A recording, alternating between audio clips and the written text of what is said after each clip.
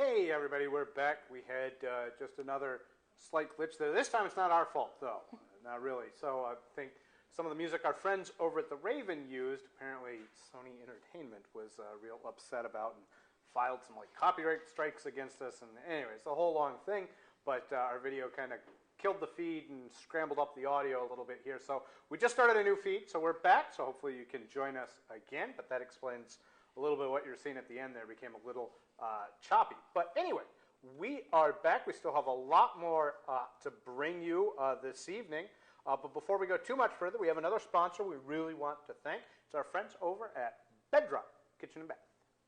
When it comes to your countertops, don't trust just a jack-of-all-trades installer. Trust Bedrock Kitchen and Bath, the leading granite and quartz dealer in Michigan and Ontario. Bedrock has installed over 30,000 countertops during their 15 years of business. No one can match their selection with over 500 different color patterns to choose from and over $5 million worth of in-stock inventory. Bedrock Kitchen and Bath, home of the Bedrock Price Guarantee. Call for a free in-home estimate at 888-BEDROCK or visit bedrockgranite.biz for a location near you.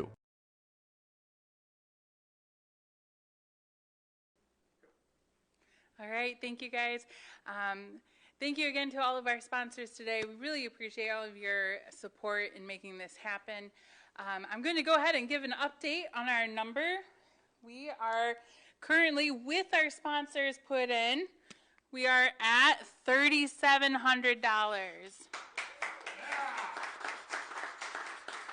So I'll go ahead and fill that in and make that look pretty. But really couldn't do this, obviously, without our sponsors. If you are able to donate, please give us a call at 810-982-0891.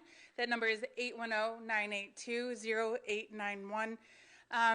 Or visit our website at www.phmuseum.org. All right, well, I thought we'd take a little minute to kind of talk about what our focus is this telethon. I'm going to throw this up there. And it kind of just shows some of our sites that are very special to the Port Huron and Blue Water area.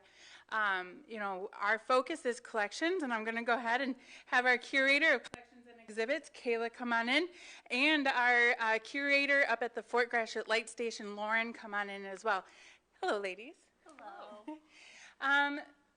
So I really wanted to kind of talk to you guys about what are some of the buildings that we have that are in our collection, how we maintain those buildings, and some of the history behind it. So let's go ahead and start with the maintenance of those. First, can you give us a couple of examples? Yeah, so at the Port Huron Museum here at the Carnegie Center, we have the Camera Log Cabin. That is part of our collection. You may have experienced that on a Pioneer Day sometime. They're a really popular, fun field trip. Where you get to live like the early settlers of Michigan. It is an actual pioneer cabin from the 1850s, so it's a really old building and it's important for us to maintain it. So we are working on hoping in the future to do some rechinking on the outside of the cabin. We want to keep the structure really sound. That's the main focus. We want to preserve the integrity of the building. So we don't keep anything really stored out there. It's set up for Pioneer-related artifacts and Pioneer programming. So we keep everything very safe, and we're excited to keep maintaining that. We also have the Fort Gratiot Hospital building over at the Lighthouse, and Lauren can talk about that a little bit. Absolutely. Yeah, before we get there, I want to talk about the camera really quick. The camera cabin, not only was it from St. Clair County, right, but so it was moved here to this property, and we do use it for field trips. And the rechinking is really important. One, we want to keep it historically accurate, but we also want to make sure that it's going to last. And I know that there's some work going on around the edges and talking to contractors and all of that. But you know, that is one of the cases that we are trying to raise money for, is to protect the camera cabin. And actually, one of the coolest things that I really like about the cabin is that the camera family still comes back. They come back and see where their family from the 1850s comes from the house. And it's just so cool that we can continue to preserve that, not only for the Kammer family, but also for the generations to come, to be able to see the pioneer livelihood and all of that. We really try to make that a great program there. So the rechinking is very cool. It is an in-depth, and I'm sure Andrew will give us a live tour of when that starts happening. But that is one of the things, one of the projects that Donations Today is going for. The other one is the Fort Gratiot Hospital, and this building is also near and dear to my heart. Lauren, you want to give us a little history on the hospital building? Sure. So Fort Gratiot was built just south of where the Blue Water Bridge is today. It was built in 1814 as part of the War of 1812.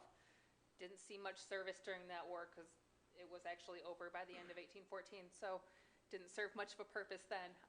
But our hospital was built in 1829 as part of Fort Gratiot. And as such, it is actually the only remaining building from Fort Gratiot. So we're doing our best to preserve it.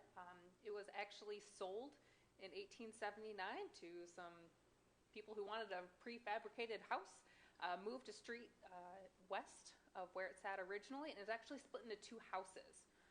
We were able to fortunately save those two houses, move them close to the lighthouse grounds, and reattach them. So we've restored the outside to what it looked like in 1829 when it was built.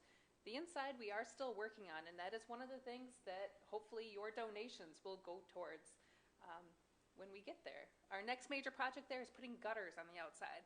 This is to protect the outside that we have finished from future water damage. And is that the last thing that we have on the outside? As far as I know. Okay.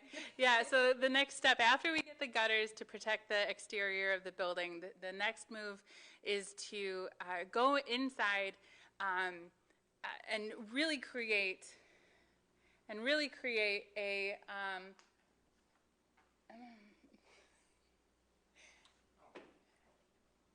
sorry. I don't know if you can still hear me, but I'm going to just keep talking. And really create a professional military and medical exhibit that explains the history of medical and military in St. Clair County, basically. Yeah, so really redoing the interior, really making it a professional exhibit. We do have some awesome collection pieces directly related to the Fort Gratiot Hospital. Can one of you talk about that? Yes. So there is a well-known surgeon at the post hospital, Dr. Cyrus Stockwell, and we actually have some of his medical kits. So I'm a big fan of medical history. Military history is not my forte, but that medical history, I love it. So I am so excited to be able to display our very cool surgical kits safely for those artifacts. Yeah, and then one of my other favorite objects that we have relating to the hospital is the last flag that flew over the fort, which was abandoned in 1879. Yeah, okay, I was right. 1879, and I absolutely love that piece. It is framed, and it is here at the Carnegie upstairs on our second floor galleries. So if you are ever in the building, ever in the area, stop by and come see that amazing artifact. It's in beautiful condition. What are some other things we've got the DB Harrington engine. I guess I'm the one to give the update on that.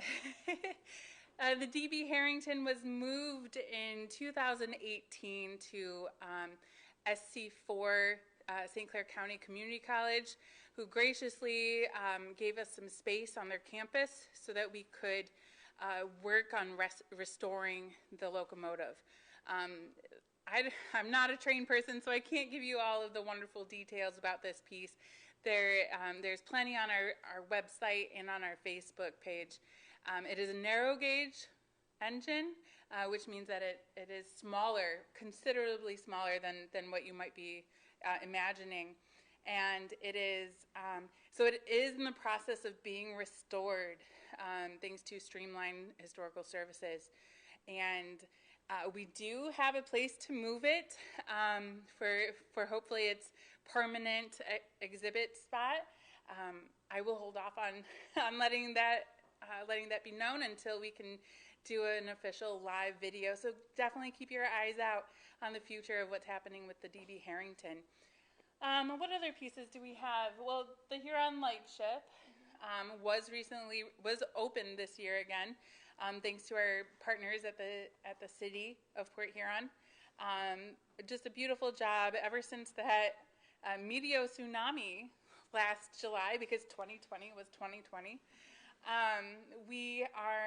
We're so happy to be able to have that open again. Of course, now it is closed for the season because the boat does need to be winterized.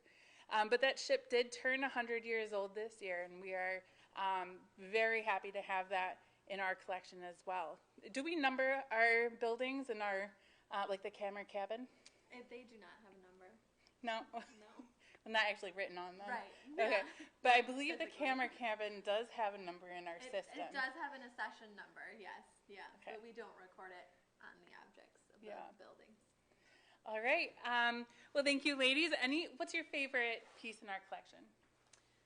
My favorite piece we recently discovered during our Operation Clean Sweep early last year is a tiny little vial of polio vaccine. I'm super excited about that. It goes really well with our iron lung up on the mezzanine. Doesn't it? Isn't that great? And yours? My favorite piece is actually the flag that you already mentioned that used to fly over the fort. I just think that's really cool, and we have it upstairs in a gorgeous frame, and everyone can see our ties into local history. All right, and then I guess I'll throw in my favorite is a clay pot that has been put back together. It was found during an archaeological dig in Draper Park in Port Huron here. And it's been pieced back together, so it is complete. And it was dated back to 750 AD. And I mean, that's just my absolute favorite piece. All right, Lear, I think we're going to head it back to a Bedrock commercial, and then we'll be back with more. Thank you.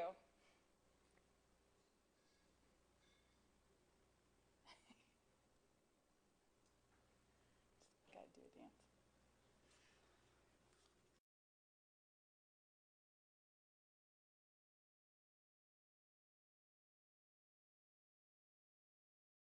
When it comes to your countertops, don't trust just a jack-of-all-trades installer. Trust Bedrock Kitchen and Bath, the leading granite and quartz dealer in Michigan and Ontario. Bedrock has installed over 30,000 countertops during their 15 years of business. No one can match their selection with over 500 different color patterns to choose from and over $5 million worth of in-stock inventory. Bedrock Kitchen and Bath, home of the Bedrock Price Guarantee. Call for a free in-home estimate at 888-BEDROCK or visit bedrockgranite.biz for a location near you.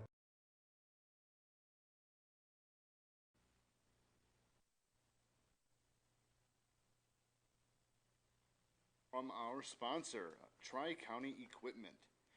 Tri-County Equipment is your local John Deere dealer with 10 locations in the southeastern Michigan area. Tri-County Equipment can help you get the equipment you need. From tractors to ATVs and from snow blowers to used equipment, Tri-County Equipment is your one-stop shop. Right now, Tri-County Equipment is offering free home delivery on select John Deere models. For a full list, visit Tri-County Equipment online at tricountyequipment.com. For help with all your equipment needs, depend on Tri-County Equipment. Click tricountyequipment.com. Thank you very much. And now we will be looking at our Collections 101 Part 2.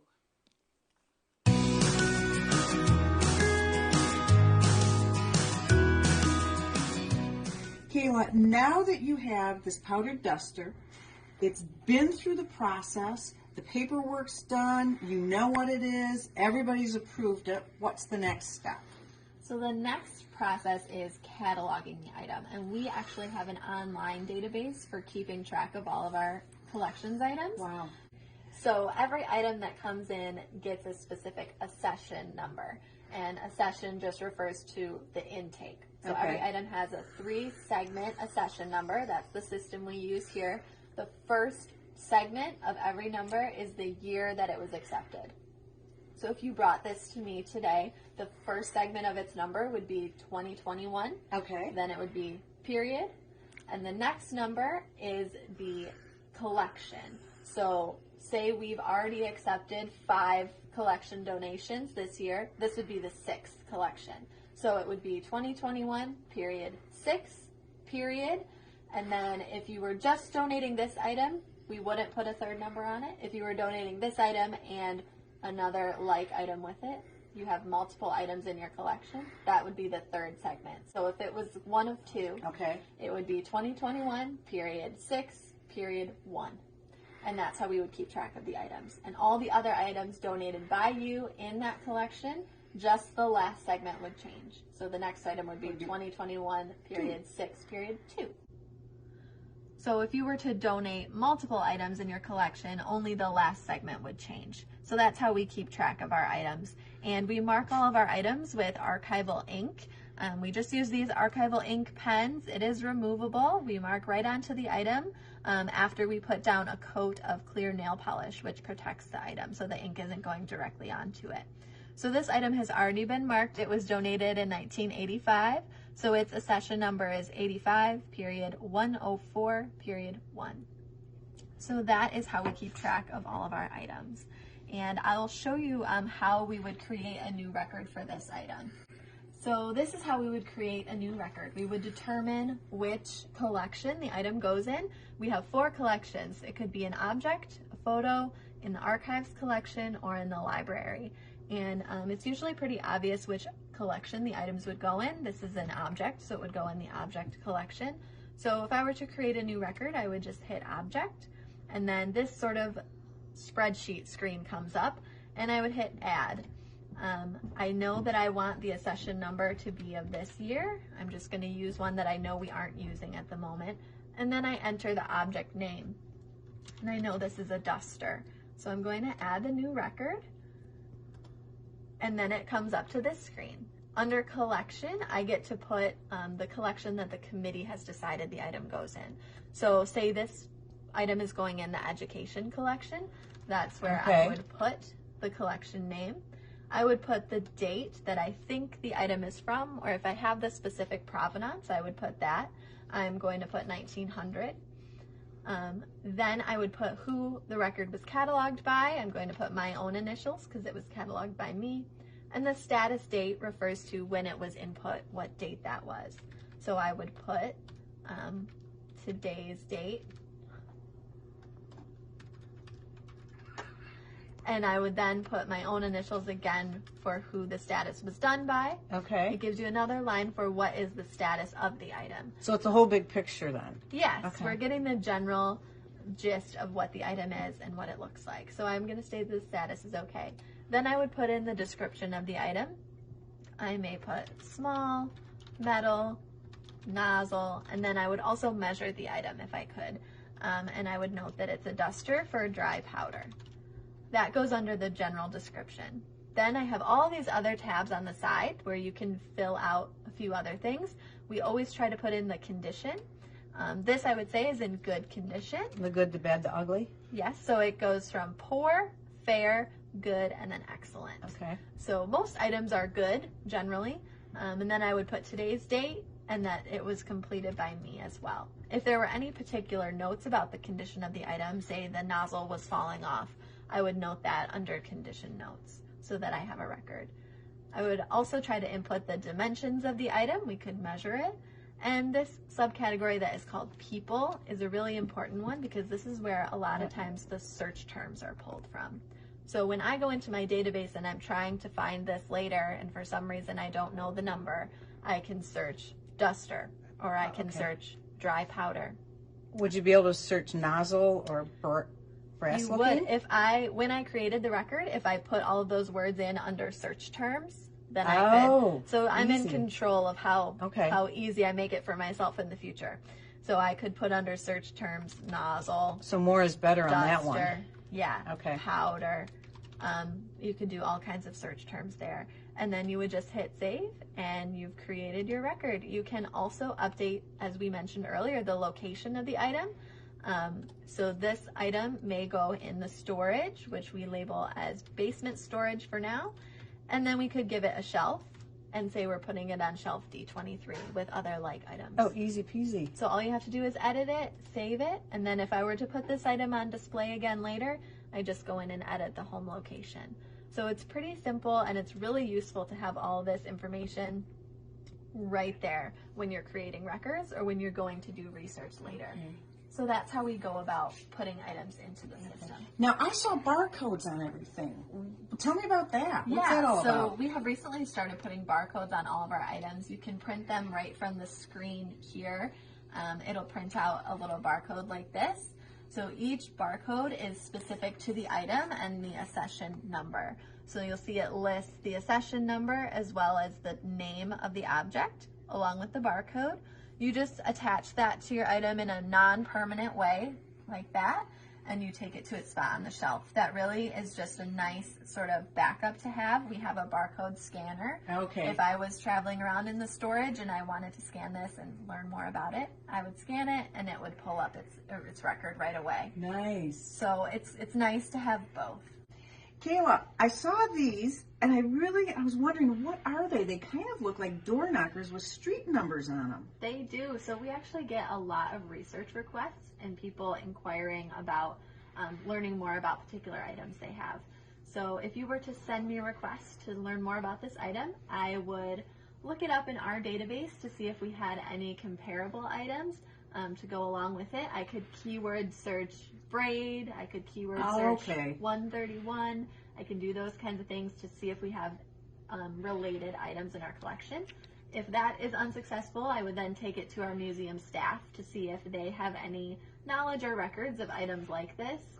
From there, we just turn to books and online resources to learn as much as we can about the items. So if you have an inquiry like that, that's how we'd go about learning more about it. Okay.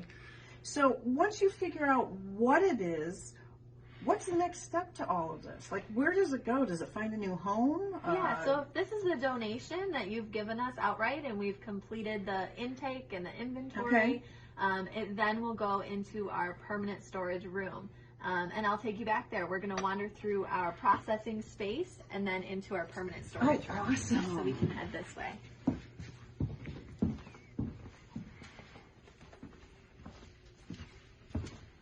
So when we intake items, they then come into this processing space where we fill out all the required paperwork. We make sure it goes into our online system.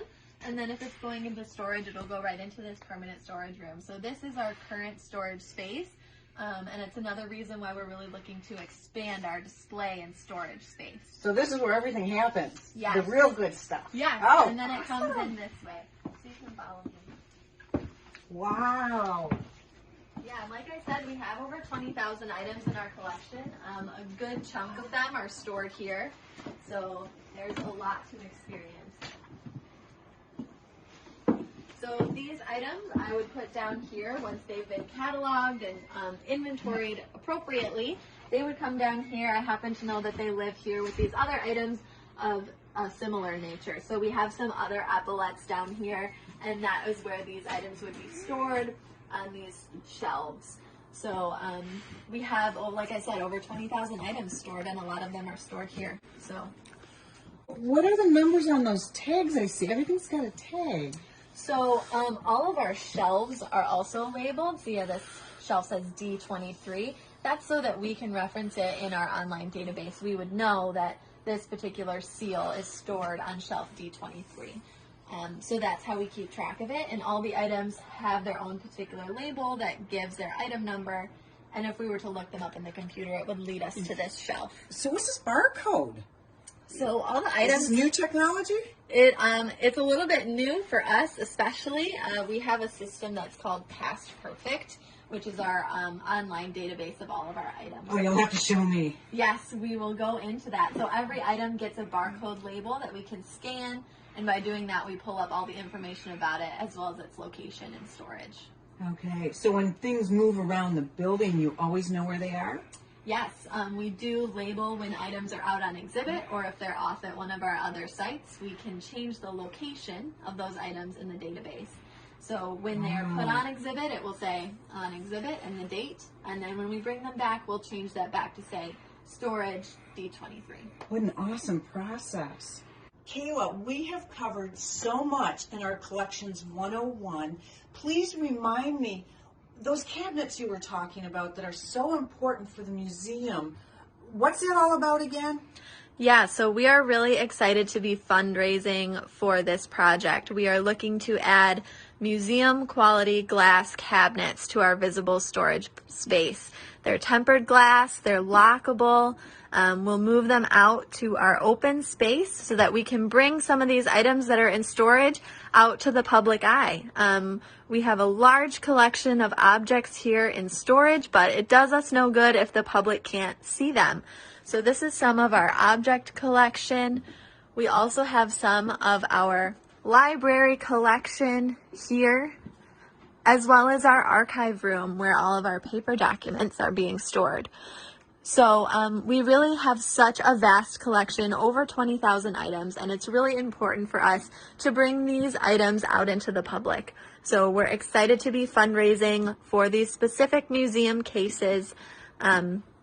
We're going to bring them out so that you can see some of these items even when they're not on exhibit. So we're really looking forward to doing that after this year's fundraiser.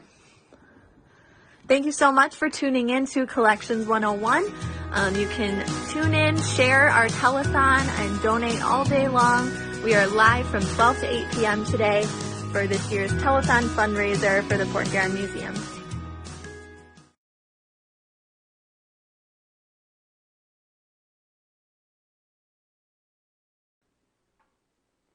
All right, welcome back. Love seeing the collections in our storage. Imagine that space and all of those items being accessible to our visitors in a visible storage exhibit, basically. All right, I'm going to go ahead and give an update on our donations. With our sponsors, we have raised $5,117. Thank you, everybody. Thank you to everybody who's donating. Give us a call, 810-982-0891. Again, that number is 810-982-0891. Or visit our website, www.phmuseum.org. And a word from our sponsor. Yes, thank you. This portion of the telethon is brought to you by Tri-County Equipment. Tri-County Equipment is your local John Deere dealer with 10 locations in southeastern Michigan. Tri-County Equipment can help you get the equipment you need. From tractors to ATVs and from snowblowers to used equipment, Tri-County Equipment is your one-stop shop. Right now, Tri-County Equipment is offering free home delivery on select John Deere models. For a full list, visit Tri-County Equipment online at tricountyequipment.com. For help with all your equipment needs, depend on Tri-County Equipment.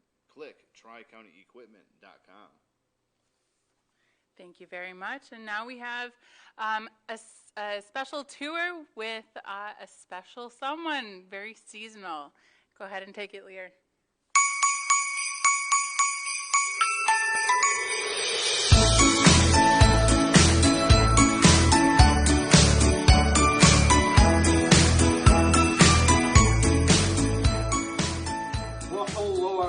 We know the telethon is going so well, but we're really excited. You know, this is actually, truth be told, we're using a little bit of Hollywood magic here. We're actually just a couple days before the telethon because I could not pass up this opportunity. You know, we're walking around the museum. We've got these beautiful fireplaces here. And who do I catch sneaking about the museum? But our very own Chris Kringle. Santa Claus was here. Hey, how are you? If anybody knows about chimneys in Port Huron, you are the expert. I am the expert. So this one, we have stockings, hung with care right up here in the Carnegie Center. And, we've been talking a little bit about some of the things we've got in the museum, some of the museum collection items, because that's the theme of our telethon this year. It is all about museum collections, and sometimes collections can be very, very small things, like maybe some of the things the elves would have up at the North Pole. Right. to very, very large things like the buildings in our collection. Ah, yes, you do have buildings. Now, I've heard of those. Yes. And some of those buildings have chimneys. Yes. Uh-huh. And we wanted to make sure you knew, because it's very important that you know where all of our chimneys are. The museum, Yes. we very much like presents. We've all been very good this year, so we want to make sure that, Including yourself? including myself, at least I like to think so. You're the man with the list. That's so- true. That's true. But, you know, one of the things that I was really excited about, we did see one of the presents that the museum has gotten this year, and it's one from our friends over at Tri-County Supply. We've got parked out in our parking lot a John Deere Gator. Now, I know you normally travel by reindeer. Yes. I thought today we could travel by John Deere. That's fine. What do you Well, think? thank you, Tri-County. Yes, so we've got some sites to show you. Red We'll and white look around. complement green, by the way. Well, there we go. So we have It the will Christmas colors in the air. We'll be driving around town looking like Christmas in our Tri-County Supply Gator, which we're really excited to try out. And they are, of course, available there if you kind of like what you see. Been through learning what life was like prior to the Civil War, cooking on some of the fires, Yes. looking what it was like to live without Yes. electric lights, Yes. all of those innovations. Yes.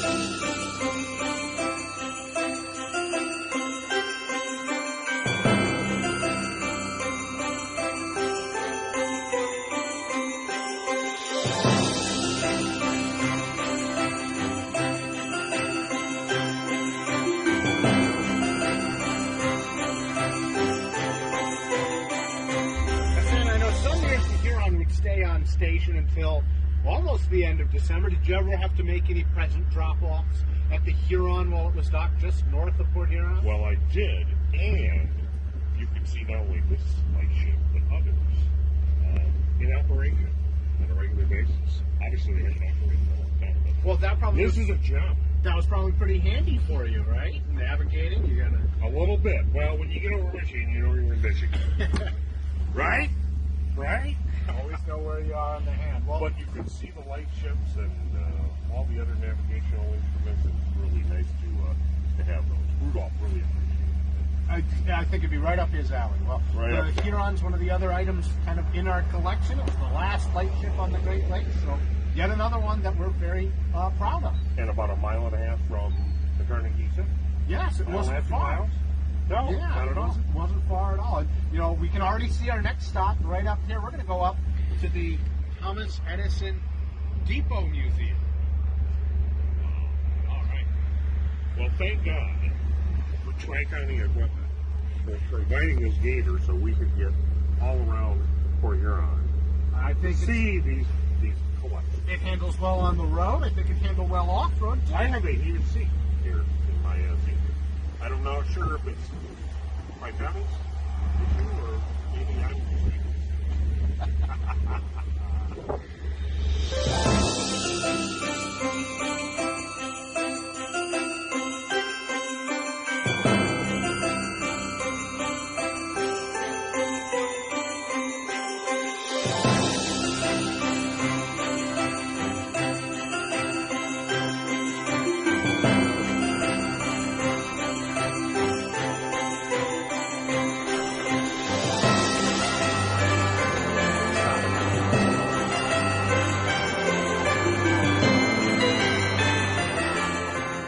right into the Fort Gratiot station. So, yeah, so this is one of the toys that I wanted to tell you about that's here at the Thomas Edison Depot Museum. I'm sure you've got models like this all over the North Pole. I do, but I got to tell you that it's so impressive to see the inside of this museum, first of all, and to see there's people even in Port Huron that haven't seen this place, including me. Well, Santa. you stop at a lot of houses. Well, you don't stop at a lot of museums, That's- right? that's true. That's why we're showing you what we've got And here. can you imagine the gems that you see in other communities across the country, across the world, like this? You need to come and see the Edison Depot Museum and all the stuff that's inside here. Well, I want to introduce you to our very own Depot Dave. Come on over, Depot Dave. Depot Dave! Hi, Depot Dave! Oh, I like your tie. Yeah, you recognize that guy? Well, he looks a little skinny to me, but yeah.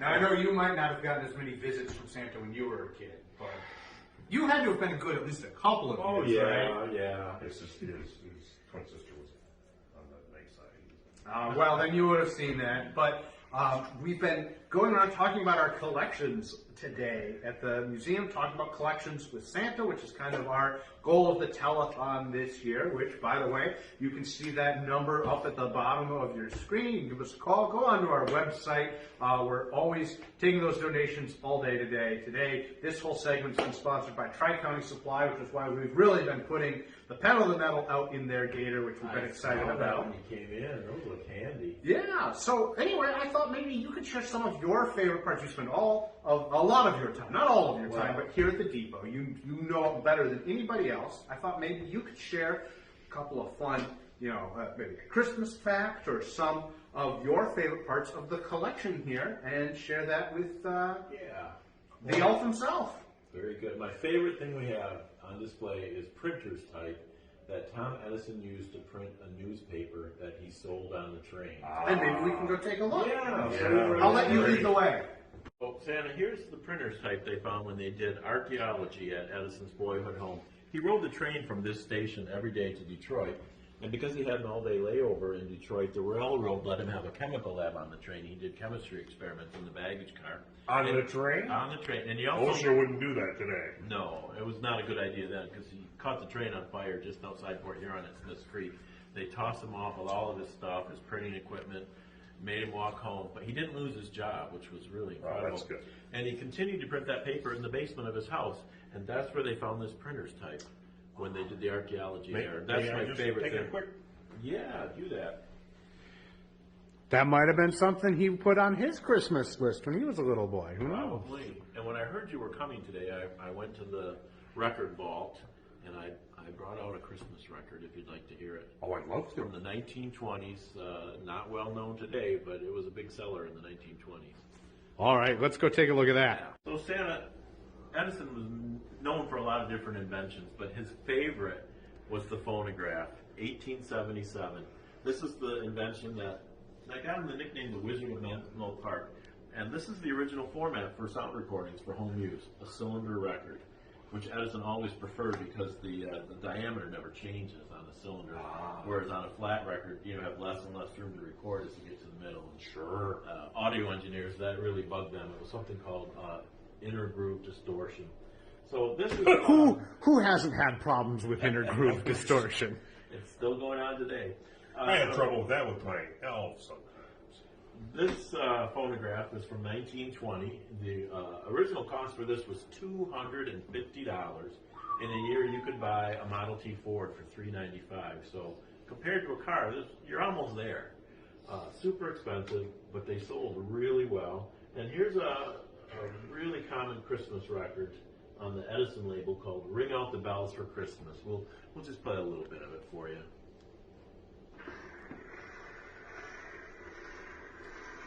You'll notice there's no groove, wearing groove. Lead it. Ring out the bells for Christmas, the happy, happy day.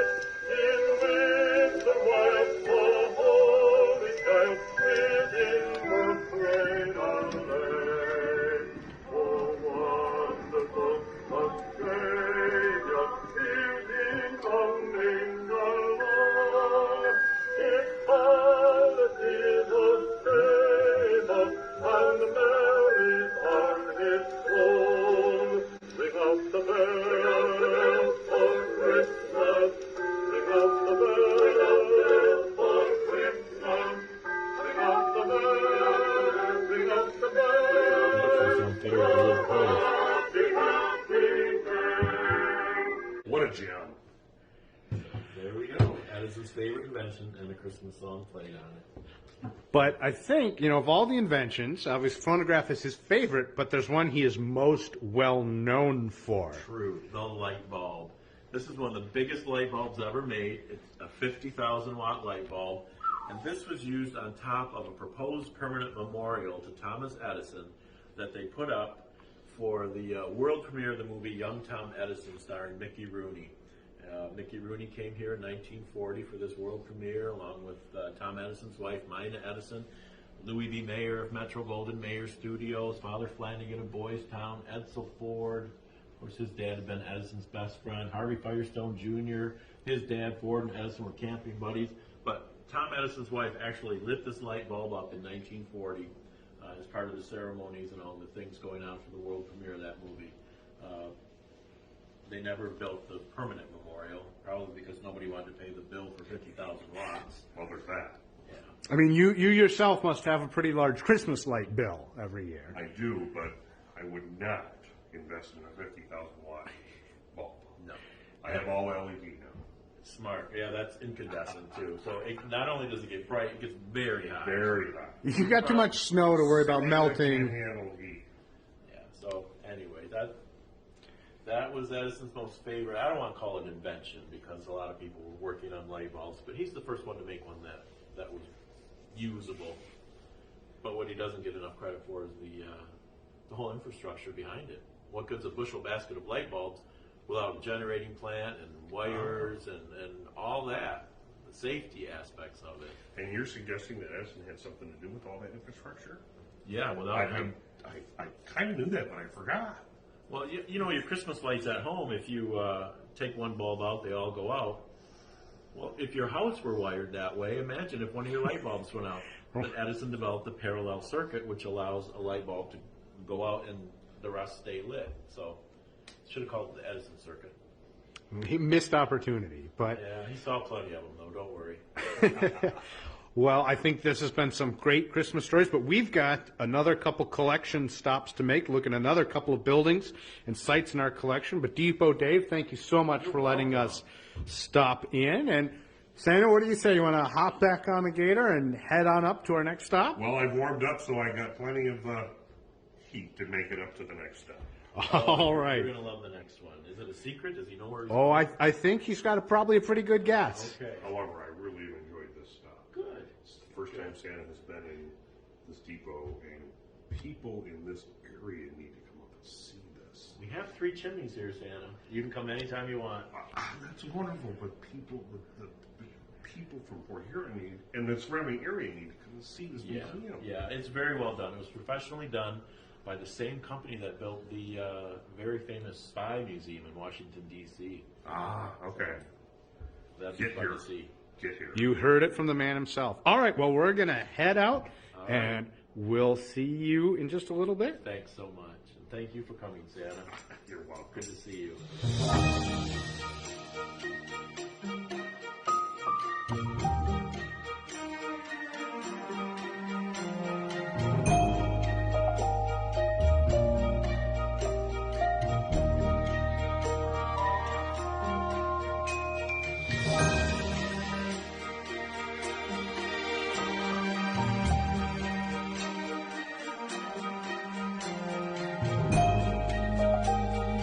All right, well, Santa, we've made it to our next stop. We're here at the Fort Gratiot Light Station. I know people have been living here for almost 200 years, all the way back to 1829. So I'm sure delivered many presents Absolutely.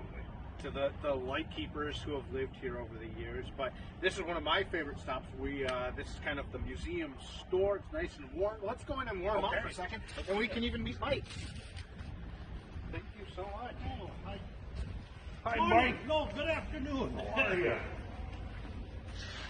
So Santa, this is Mike, one of our managers here at the Lighthouse. We're really excited to have you here. We know you're going to be back on the 18th of December. I know it's your busy time, but for our holiday night at the Light, we're excited. This is where you're going to be set up, as we've got the hot cocoa, cookies, your favorites, I know. And we're going to be leading the candlelight tours of the whole light station. That'll all start here. We know you bring a lot of presents, but people like to go shopping as well, so this is See a great something place. fashioned as a chimney.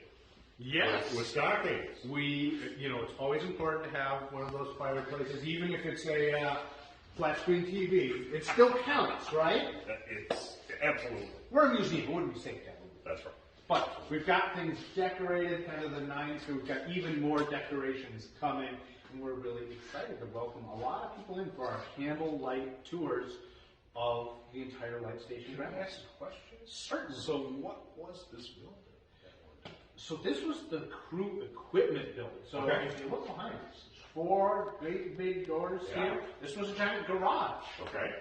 So this was the Coast Guard station. You know, we still have a Coast Guard station. That's right. But it's a new building, and this is where they, you know, would have kept all of their vehicles and everything for keeping the grounds here nice and pretty. And this is your store now. This is our museum store, and it's where all of our tours start from. So when folks visit here, and they do by the thousands, especially in the summer months, but also, like I said, for our candlelight tours, they stop in right here. They go to our front desk and meet one of our smiling museum workers or volunteers. Yeah. They can shop around, buy some books or lighthouse souvenirs, learn a little bit more about lighthouse history, and then go out and see all the other buildings. Because a lot of people, when they think about the lighthouse, they're thinking of just the lighthouse. That's why we say light station, because as you know from delivering all those presents, there's many more buildings than just the tower. If I remember correctly, this lighthouse is the oldest lighthouse in Michigan. Is that right? Sure is. I remember that.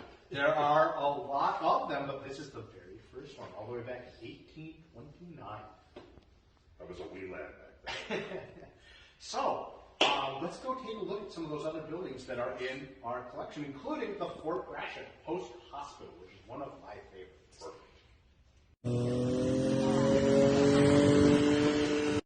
So Santa, one of the other buildings that's in our collection I really wanted to show you was the Fort Gratiot Post Hospital. In just driving over here, again, a huge thank you to Tri-County for the gator, because I think we need to get one of these for our light station, because this would be really handy. Great idea. So put this on the museum's Christmas list, because we've got a lot of different buildings in the grounds here. It may not look that far, but if you go back and forth 2 or 3 times, you are ready for something like this. But the hospital here, this is the oldest wooden building in St. Clair County. Wow. Yeah, so this goes all the way back to Fort Gratiot. It's kind of breezy, it's a little windy out, so we can get out of the wind, and let's step inside, shall we? Come on.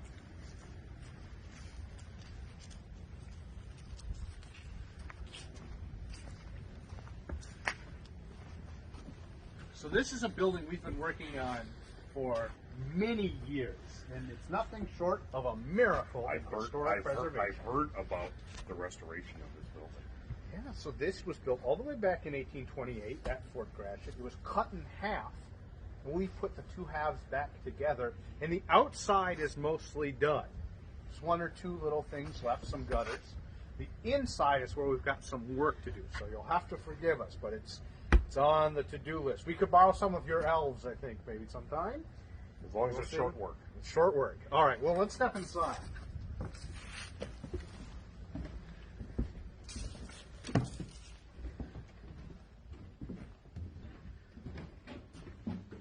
So, yeah, as you can see in here, we've got a long ways to go. But it is honestly one of the most important artifacts that is in our collection. We're so excited about it because Fort Gratiot goes all the way back to 1814 during the War of 1812. It's named for Charles Gratiot, who was the original engineer who designed the fortification. And he did a pretty good job because, you know, what they say about forts is if you design one really well, it never gets attacked. If you design a good enough fort, nobody wants to try and take it. So the best forts never have any battles at them.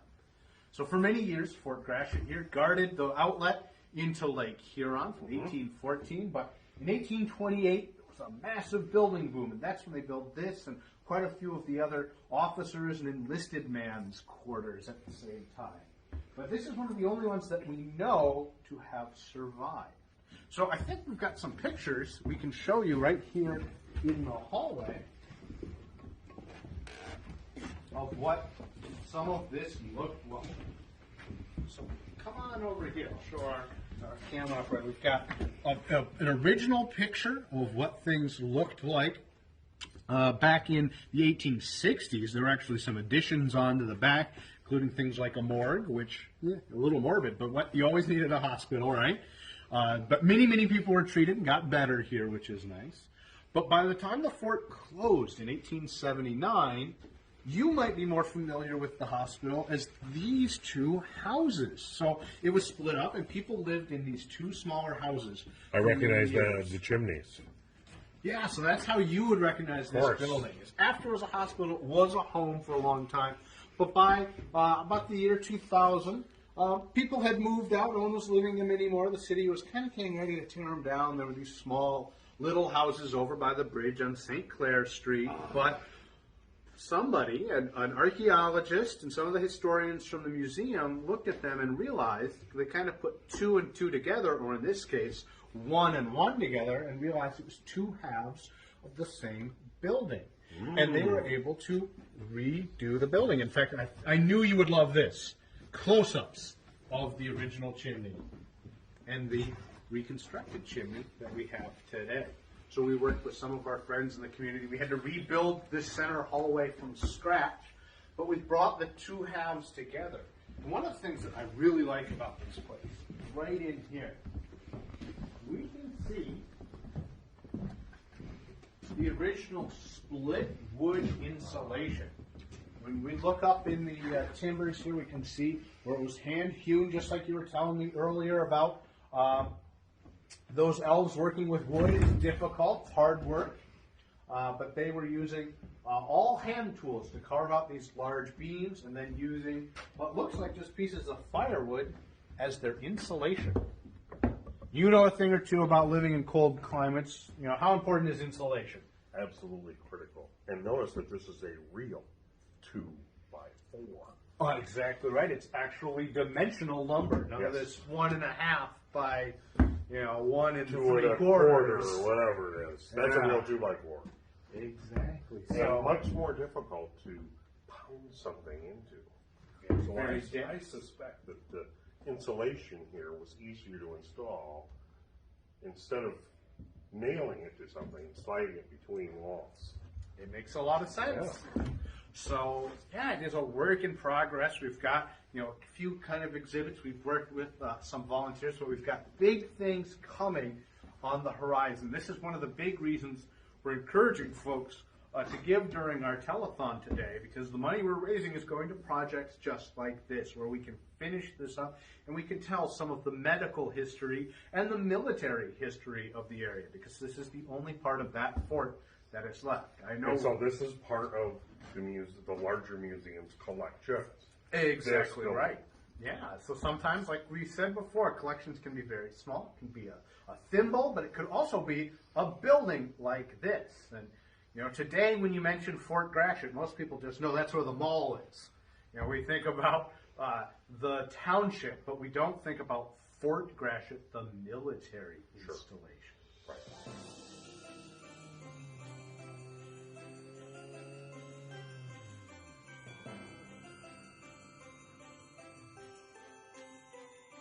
So Santa, we've made it to the fog signal station. It probably has the tallest chimney. But I kind of doubt you ever went down this one. No. Weren't too many people to deliver presents to. So let's head inside, and we're going to meet Lauren, who is right here. She has the keys, and she'll be able to tell us a little bit about the fog signal station and why there'd be such a big chimney, and maybe a little bit about the technology they light with. And I think she'll get to share her favorite piece that's in the collection. Absolutely. So, Lauren? Signal station. This is the fog signal Okay. building. Yes. All right. We don't store the fog in here. Thank God. Originally, there would have been 2 steam whistles that stuck out through the ceiling. They were 8 inches around, and it was operated by steam, obviously, which was powered by something I think you know about. Yes. So the steam engines were actually powered by about 12 tons of coal a year. Yes. You have to be very bad to get that much coal. Today, for sure. Absolutely. And this fog signal did play an important part in navigation. On a nice, bright, sunny day, If you're one of the boats out here on the lake, you can see that white tower out there for miles, which is the whole point, right? Right. At night, you know about this, you see that green flash every 6 seconds. Yep. On Christmas Eve, if you don't see it, let us know. That means it's broken and we have to call the Coast Guard to come fix it. Okay. But if it's foggy, you can't see that white tower, right? Maybe not even able to see the light. Correct. But with this fog signal here, you could hear the lighthouse. So there was a timed blast of like 3 seconds of sound, 17 seconds of silence, and that's how we know you're flying past the Fort Gratiot Light Station. Wouldn't those fog blasts sound a lot like the ships that we see today on foggy days up and down? Exactly. Kinda. Yep. Very similar. So today, if you're kind of out by the river on a foggy day, you hear maybe a 2-second blast from one of the boats. A few minutes later, you hear another one. Exactly. That's how I know it's foggy before I get out of bed, and I can hear those boats out on the river. It's kind of nice. Yep. And that's just to alert other ships that, hey, I'm here, don't run into me. Right. Exactly. Right. So, do you want to show us maybe, I know one of your favorite artifacts Absolutely. is here. That I think this is probably on your Christmas list, right? Santa, if you could bring me one of these. On your Christmas list? Absolutely. Oh, wow. So this is a Fresnel lens. It's absolutely gorgeous, right? We're missing a few prisms here, but that's okay.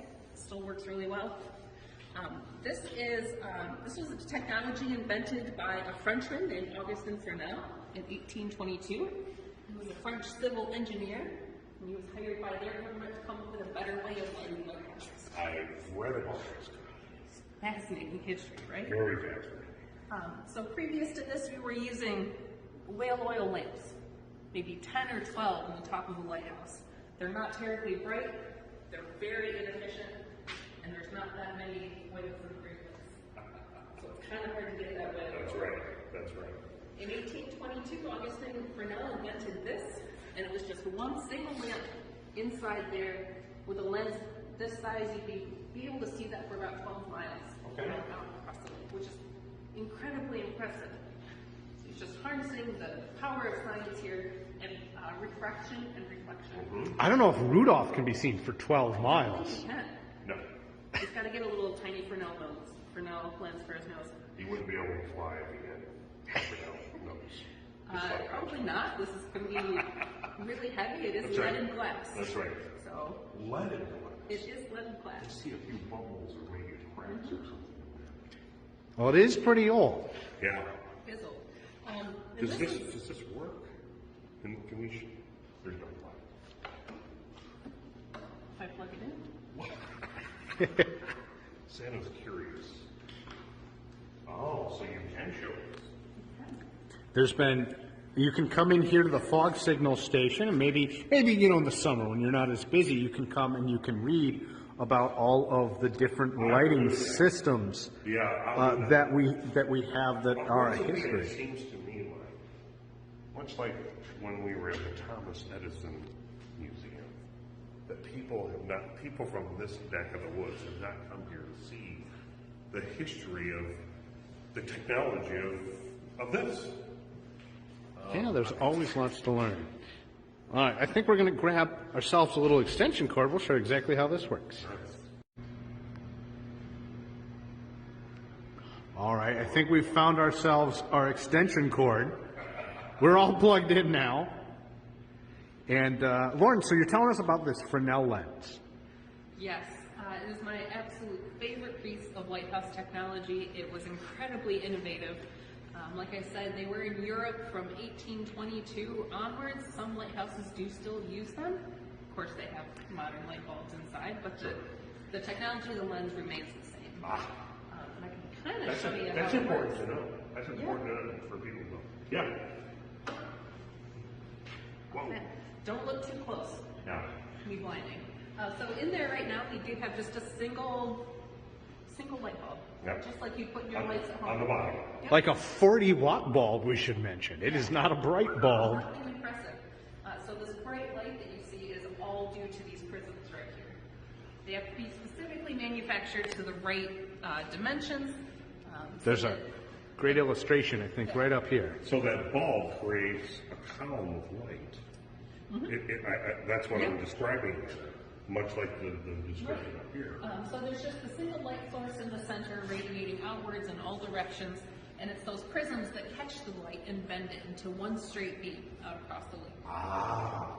And so how far would one be able to see this light on a ship? Sure. So it depends on a couple things. One, it depends on the size of your lens. This one here is a 5th order, so it's a little bit on the smaller side. Okay. They go up in order to the 1st order lenses that can be like 9 feet wide, 6 feet tall. They're massive, absolutely huge. We don't have those here on the Great Lakes. The biggest ones we have here are 2nd order, still massive. But this is a little bit smaller one, so you don't see that as far. It also depends on the height of the lighthouse tower. Okay. And that depends on the curvature of the earth. So the taller the lighthouse is, or if it's on top of a cliff, you can see it a little bit further. That makes sense. With those biggest Fresnel lenses, you could see those for 23, 24 miles, which we don't need here on the Great Lakes. So we have mostly 3rd, 4th, and 5th order lenses. So you also said, though, that we still are using this technology today. In some lighthouses, yeah. Okay. And we still may be using some type of light bulb on the bottom to throw that, project that light out into the local channel. So there's been lots of updates in technology. This is just one of them. Here at Fort Gratiot, we had a Fresnel lens from 1857 until 1933, and that's when we got this over here. So this is I think this is a very Christmas-looking combination. Once again, we found those good colors together. Yes. So this is a DCB Aero Beacon. If you've ever... Isn't it tiger? If you've ever driven past an old airport, you've seen that flash of light going around. Yes. That's exactly what this is. They're actually just confuses. Well, hopefully we don't confuse them anymore. Well, I'm trained in that. Okay. So this last one here looks blue, but it is in fact green. Green. So 1933 is when we switched to that green flashing light that you see today. So inside here would be 2 giant halogen light bulbs.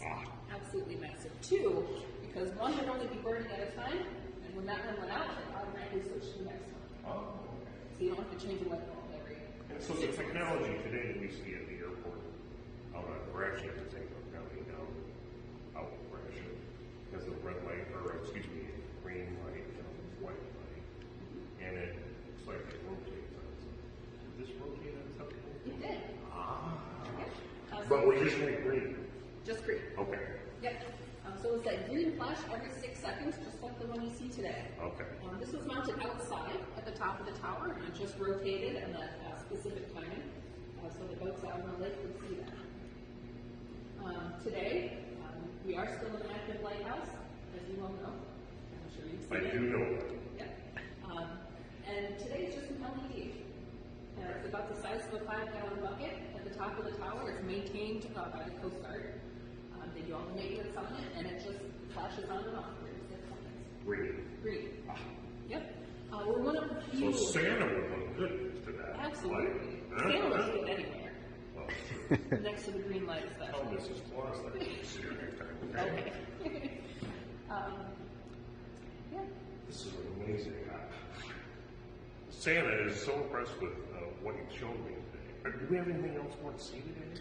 We do have one last stop, and I think it's important, a chimney that you see over in our keeper's quarters, because it's where folks actually live. Just so it started to well up in Santa's mind when he was at the Thomas Edison Museum, and finding out that people from around here don't even come and look at this stuff, and yet they are the caretakers of sorts, even though they may not come of this history to tell other people who aren't from this area. You need to come to the museum collections. And that's what this is about. It's about the collections that the museum has, including buildings and even those things that Andrew refers to as symbols. But we're looking at big buildings. So get out here and see this stuff when you get a chance. All right. Once again. Thank you. Absolutely. All right. If you want to talk lighthouse technology, I'm here. All right, so let's pop on over to the keeper's quarters And then I know Santa's a busy time of year, so all right. Well, Santa, come on in. We're really excited to welcome you inside here to our keeper's quarters, where we've got Lauren again, who I know is really excited to show you our keeper's quarters and talk about how we use our collections in this place, because this is really cozy. I think this is the coziest we've been on our tour. Yes, and I love the color on the walls right now. It looks like, rosy cheeks, right? It feels warm. It is so cozy. I could move in here tomorrow. But we work with our partners over at the St. Clair County Parks. They've done the restoration on this side for us. That's the hard part. Sure. So the colors that you see on the walls here are actually the original colors Original from colors. the 1930s. Very common color. Not my favorite, but that's all right. Sure. Like I said, it's cozy, it's warm, which is nice on a day like this. Speaking of warm, Yeah. this is nice. Now, this wouldn't have been period, though, would it? Absolutely. It's 1930s. period. Yeah, Oh, this is such wonderful heat. it is. I Santa agree. loves this heat. It's wonderful. Yep, so they did have a boiler heat in the 1930s, Okay. which is kind of nice. So this is an interesting time period to interpret because we're getting into that more modern things. Like, I brought my grandma here and she recognized it. So this is within living memory, right?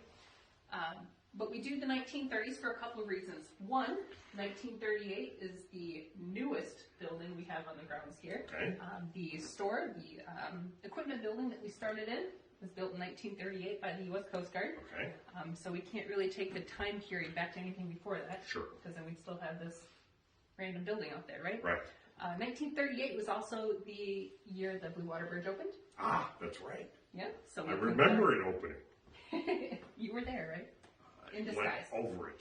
Okay. Yes. Yes. That was October 8th, 1938. So it was a little bit before your Well, I went Well- over in 30. No, I Well, practice runs, obviously. practice runs. Okay. You don't think that he's just going into Christmas Eve dry every year, not having built up, right? I could. It's for the reindeer. Yeah. There you go. So like everything you've seen here should be about 1930s Okay. time period. And one of the things that we recently came across that I'm really excited about is this photo over here. This is actually our lighthouse keeper at the time. His name is John Smith and his wife Bertha. That photo just recently came to light, which I was very excited about because now I know how to decorate this room. Ah, yes. Yes. So that is from about 1939. That's perfect. Now, are you saying that this picture represents where this room right now? Yes. You're looking at it. Everything down to the bookends, right? Yeah. And this is where our museum collections become so important. So when I have a period setting like this, I can go into our archives and say, hey, that's perfect. I think that's important for people to remember too, because I don't know that people who you all work in this field in this craft, but somebody that comes into a museum doesn't understand the intricacies of that and the importance of it. Mm-hmm. And yet, you just gave a perfect description of what you guys do to decorate a room like this by looking at old pictures. Absolutely. And it makes sense. Absolutely. And once again, people from this area need to go see this. Santa insists. In fact, I'm going to consider next year, not this year, I'm going to give people a break, putting them on the naughty list if they don't come and see a museum in Port Huron. One of your collections, either the Carnegie Center or any of these other collections that we've seen today. They might be on the naughty list if they. Well, there you have it, right from the horse's mouth. Right? We really consider ourselves stewards for the area's collection. We, in many ways at the museum, we say, our collection, but when we say our, we mean the whole community. This belongs to all of us here. It's our shared cultural heritage. So we maintain that for everyone to be able to come and visit, learn these stories, because ultimately those stories are what the whole collection is about, right? I have another question. You step back here. So I noticed these doors, and they look like they closed, leaving this room separate from that. Absolutely. And why do you think that might have been? A couple of reasons. Heat. That's what I thought so. That's what I was thinking. Absolutely. With that radiant heat, if you close off a room, it warms up. It's so toasty. So it was for that, and also this is the formal sitting room that we're in right now. This is the parlor, so you really only use it if there's company or for maybe a holiday. People don't have parlors today. Exactly. We have living rooms, right? Everyone's in the same room. I think you'd get the parlor treatment if you came to visit, for just about anybody. I would hope so. Because there's plenty of spaces to put cookies and milk. Cookies and milk and Plenty. Christmas trees. And Christmas trees, yeah. Yeah. Absolutely. So Except that we're going to see a chimney on this building, are we not? Yeah. Okay. I'll wait for that. So this room here is a little more informal. As you can see, the furniture doesn't match as much. It's a little more lived in, right? I got my Christmas magazine out now. Oh. Recognize that guy? Well, yeah. You remember posing for that picture? Barely. You know. You pose for so much. Exactly. So, is that period as well? Yes. Wow. Yeah. What is this? I mean, I've seen it on video, right? Yeah. In the 1930s, this was the medium to have. Right. This is how everyone got all their information. Exactly. So there's music, there's radio shows. Of course, Orson Welles' War of the Worlds was 1938, right? I do remember. Rudolph the Red-Nosed Reindeer is 1939. There you go. FDR's Fireside Chats. This is how you got all of your information. So obviously you got to have the radio, right? Absolutely. Well, history is, it seems to me, Santa's kind of a little concerned about us losing history way. Yeah. We're doing our best to stop that from happening. Well, it seems like some people today just want to say this is the date at which we no longer have to worry about the history of whatever it is. Our country, these buildings, or whatever, so. So here we have our dining room. Of course. You gotta have that, right? And that chimney you were mentioning. Ends right there. Okay. So this was originally the kitchen. When this entire building was built in 1874, this was the kitchen, and they had that wood-fired stove. Okay. That was the exhaust right there. You can still find fixtures like that in some buildings, a light fixture in some buildings here in town. I know that because I've seen them when I come down the chimney. And I mean, that's that period as well. Absolutely. That's what we're trying to do here. I really like the color in here. Again, all original from that time period. Well, just. It's like a time machine, right? I kind of just fit into this room with the color alone. Yeah. You can just hang out in here. I know I could. Well, if there were cookies in it. Absolutely. All right. Christmas Eve, I'll have some there for you. And where would you whip those cookies up if you wanted to? This is an era before. This is an era before the break and bake, right? That's right. Ooh. Wow. So this is our 1930s kitchen. Another one of those photos that we're so happy to have is this one here. This is actually Keeper. Yeah.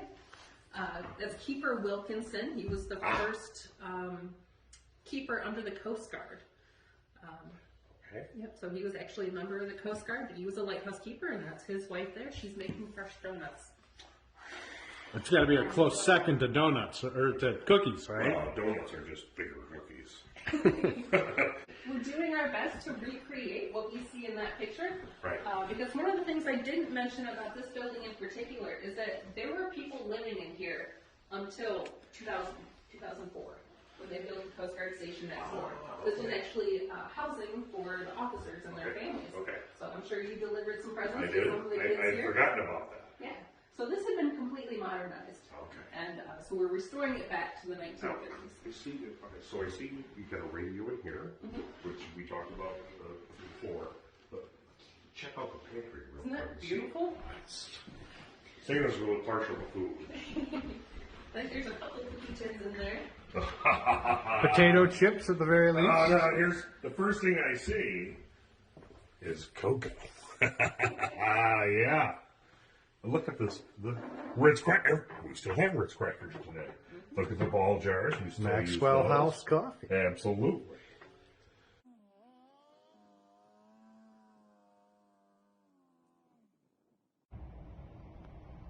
Well, Santa, thank you so much for coming out and seeing all of the things here in the museum collection, letting us tell you a little bit about why collections are so important to us at the museum, why the folks watching at home should, they want to make sure they're on the good lists, and I think a surefire way is to donate to their local museum, donate to these collections that tell their stories of the Blue Water area. But we got to see all 4 museum sites. We saw the Cammer Cabin. We saw the Fort Gratiot Post Hospital. But I know this is your busiest time of year, so we won't take up any more of your time, so we will head out. Again, thank you to Tri-County Supply and their wonderful gator that got us around to all of these sites, all without any single incident. We drove great. I was pretty amazed by it. So it's on our Christmas list for sure. Anyway, we're going to head out and we're going to get back to the telethon. We've got some more cool things coming up for you the rest of the day. And we'll see you back at the Carnegie Center in just a little bit.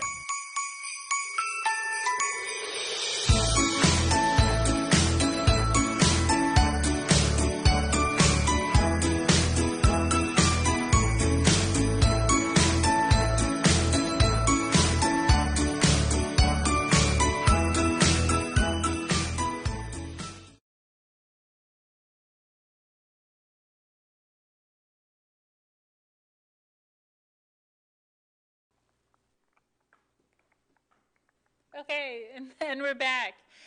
Thank you so much to our sponsor, Tri-County Equipment, and for Joe Bixler and Andrew and all of our staff up at the Fort Gratiot Light Station giving us that wonderful tour.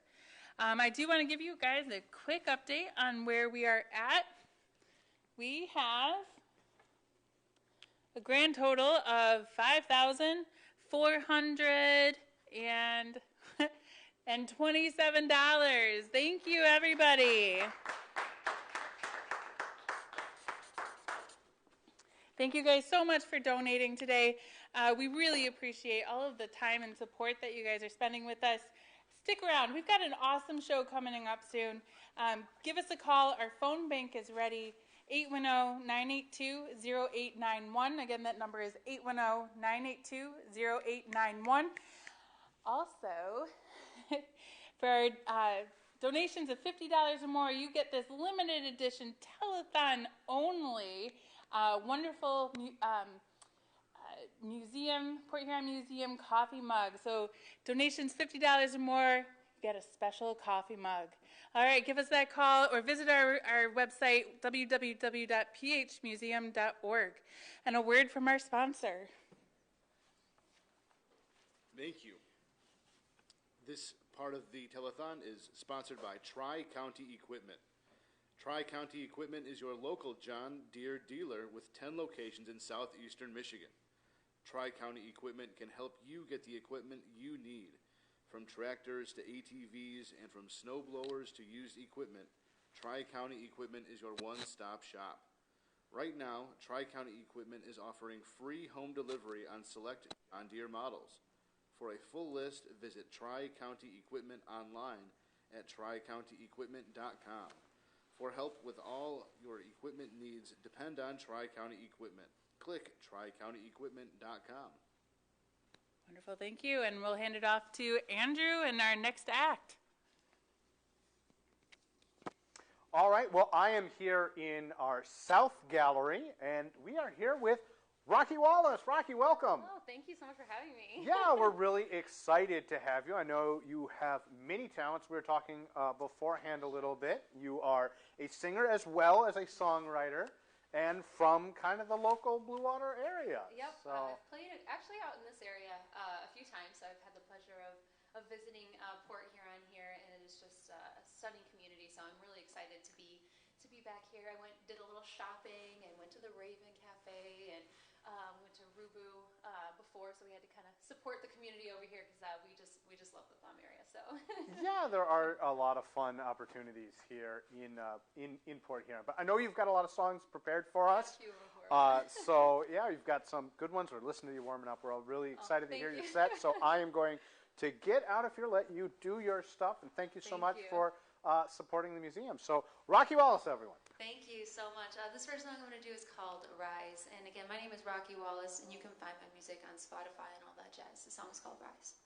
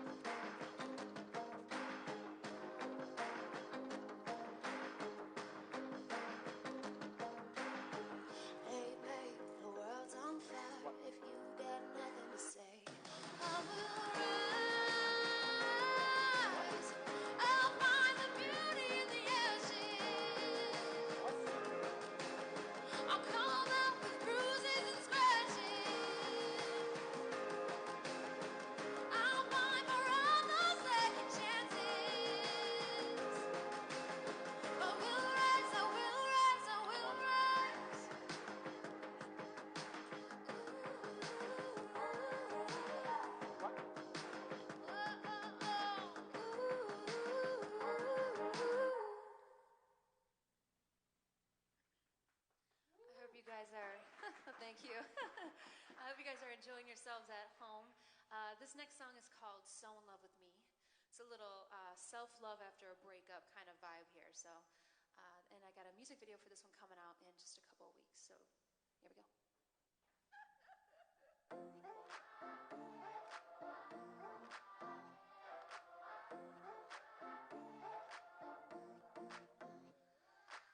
Sat by my phone alone when you said that you would come. Don't like my friends, so I don't go out at all. Remember you telling me anything, everything I was not. Yeah, what's bad for you has been good to me. You forgot, you told me I'm broken like I didn't know it. I'm damaged, outspoken, but at least I own it. You got so many ideas about who you thought I should be.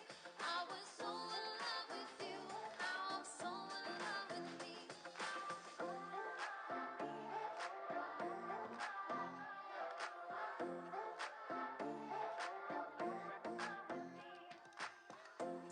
You told me I was the only one.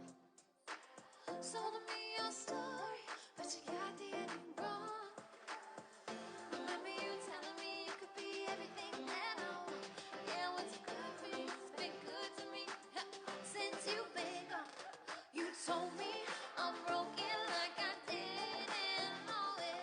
I'm damaged, outspoken, but at least I own it. You got so many ideas about who you thought I should be. I was so in love with you, now I'm so in love with me. You told me I'm broken, outspoken. You told me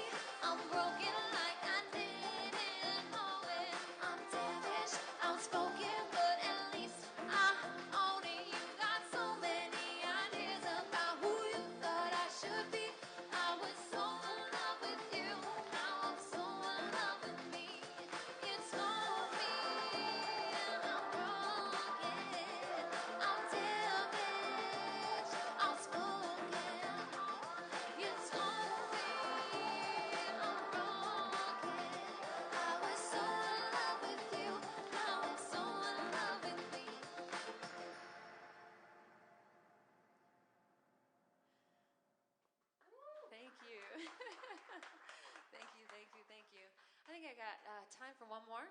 One more? All right, this next song is called Do It Now. This is off my, is that what we agreed on? Do It Now? Yeah, that's what I said. I had to verify that one.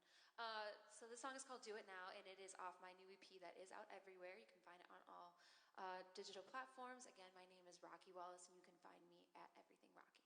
Thank you guys so much.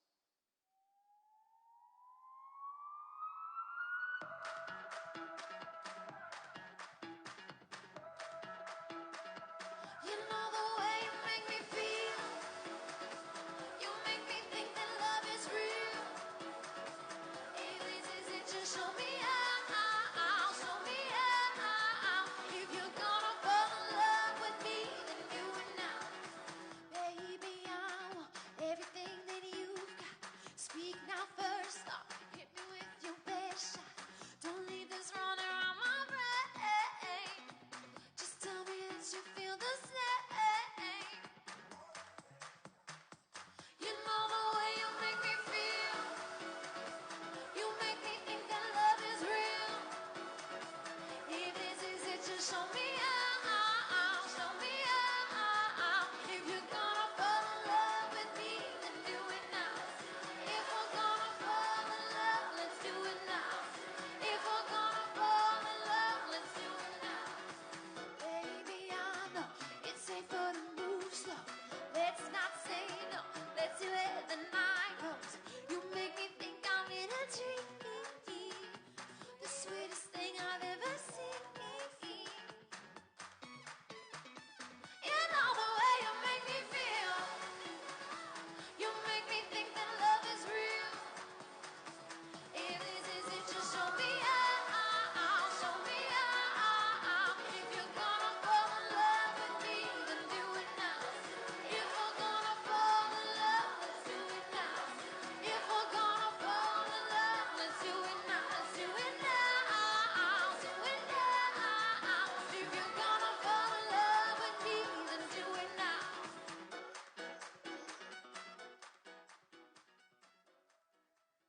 Thank you guys. I'm Rocky Wallace. Thank you so much for having me.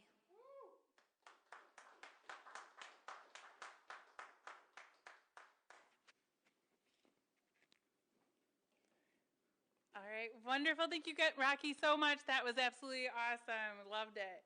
I'm going to bring Kayla back on screen with me, and we're going to kind of talk a little bit more about collections, what this whole telethon is about, right? What is a museum without collections? Like that is our main purpose as a museum, is for the care and keeping of our collections. And we did get a question in the comments about putting some of our collections online and making it available. And I'm just going to say, I think that's the dream of every museum, is to be able to make our collections and our archives as accessible as possible. Kayla, can you give us a little bit more information on that? Absolutely. So a lot of museums have online collections that are directly on their website. So you can actually search through their archives and their object collections.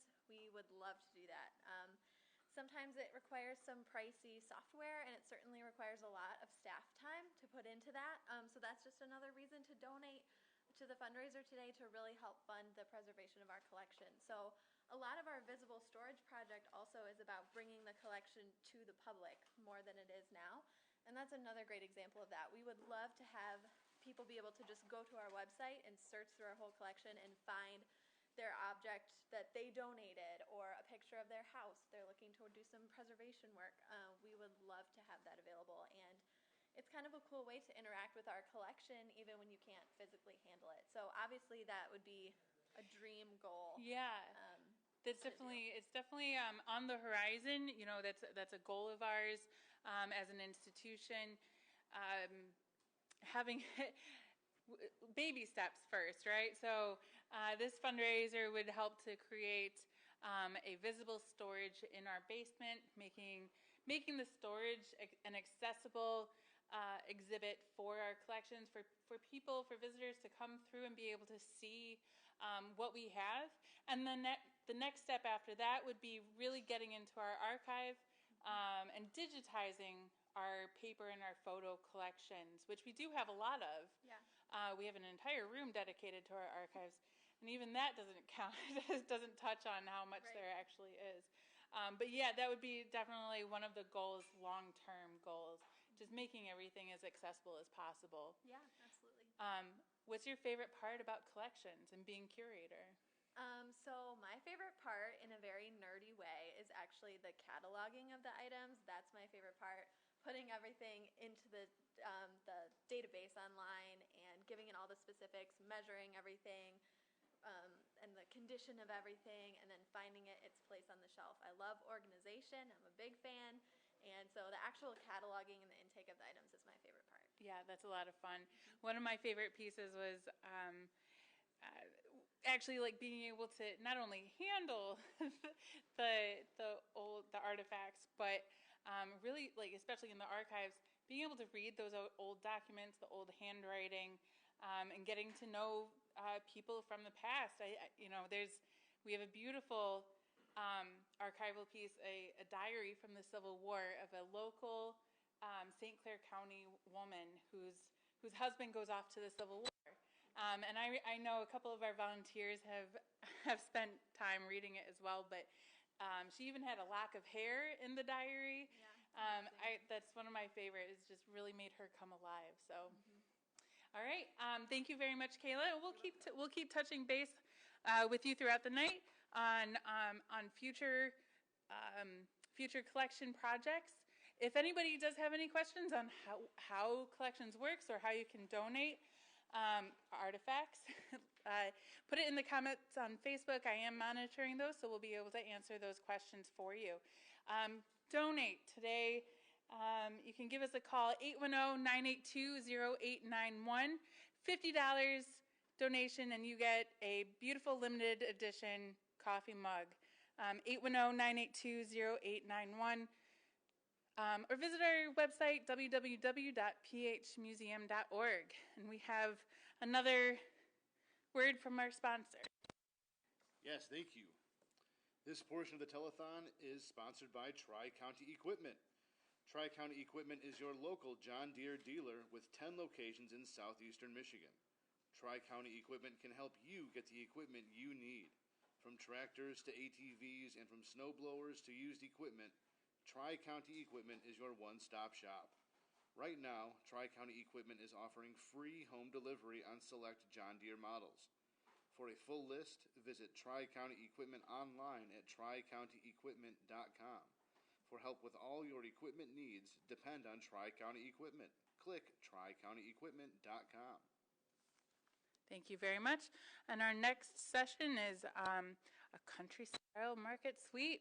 And Lear, go ahead.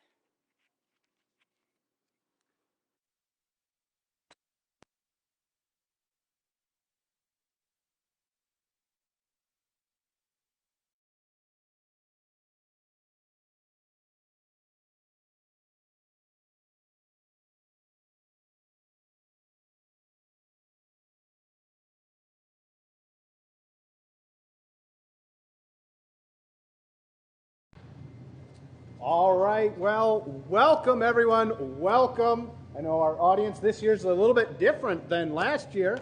We are really excited to be back with Port Huron's favorite game show, Country Style Sweep.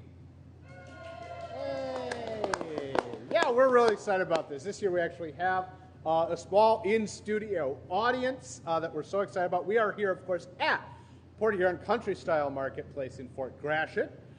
They're going to be very shortly opening the second Port Huron Country Style Marketplace in downtown Port Huron, which we'll talk a little bit about later. But I'm so excited to bring you our second annual edition of our Country Style Sweep. And we have some new contestants this year. So we have Brandon right over here. And Brandon, let's tell me a little bit about yourself.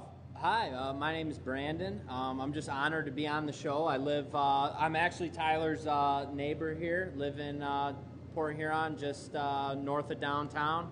Excited to play the game. All right. Are you a frequent grocery shopper? No, No, unfortunately not. So I think that's going to be a bit of a disadvantage for me today. That turned out to be a real handicap last year, but you could overcome the odds. could. Enthusiasm makes up a lot of ground. It could. And of course, we have Brandon's neighbor, Tyler. Tyler is with us. Hey, thank you so much for having me. It seems like I might actually have the upper hand in a game show. So, do you do a lot of grocery shopping? I used to. I'll say that.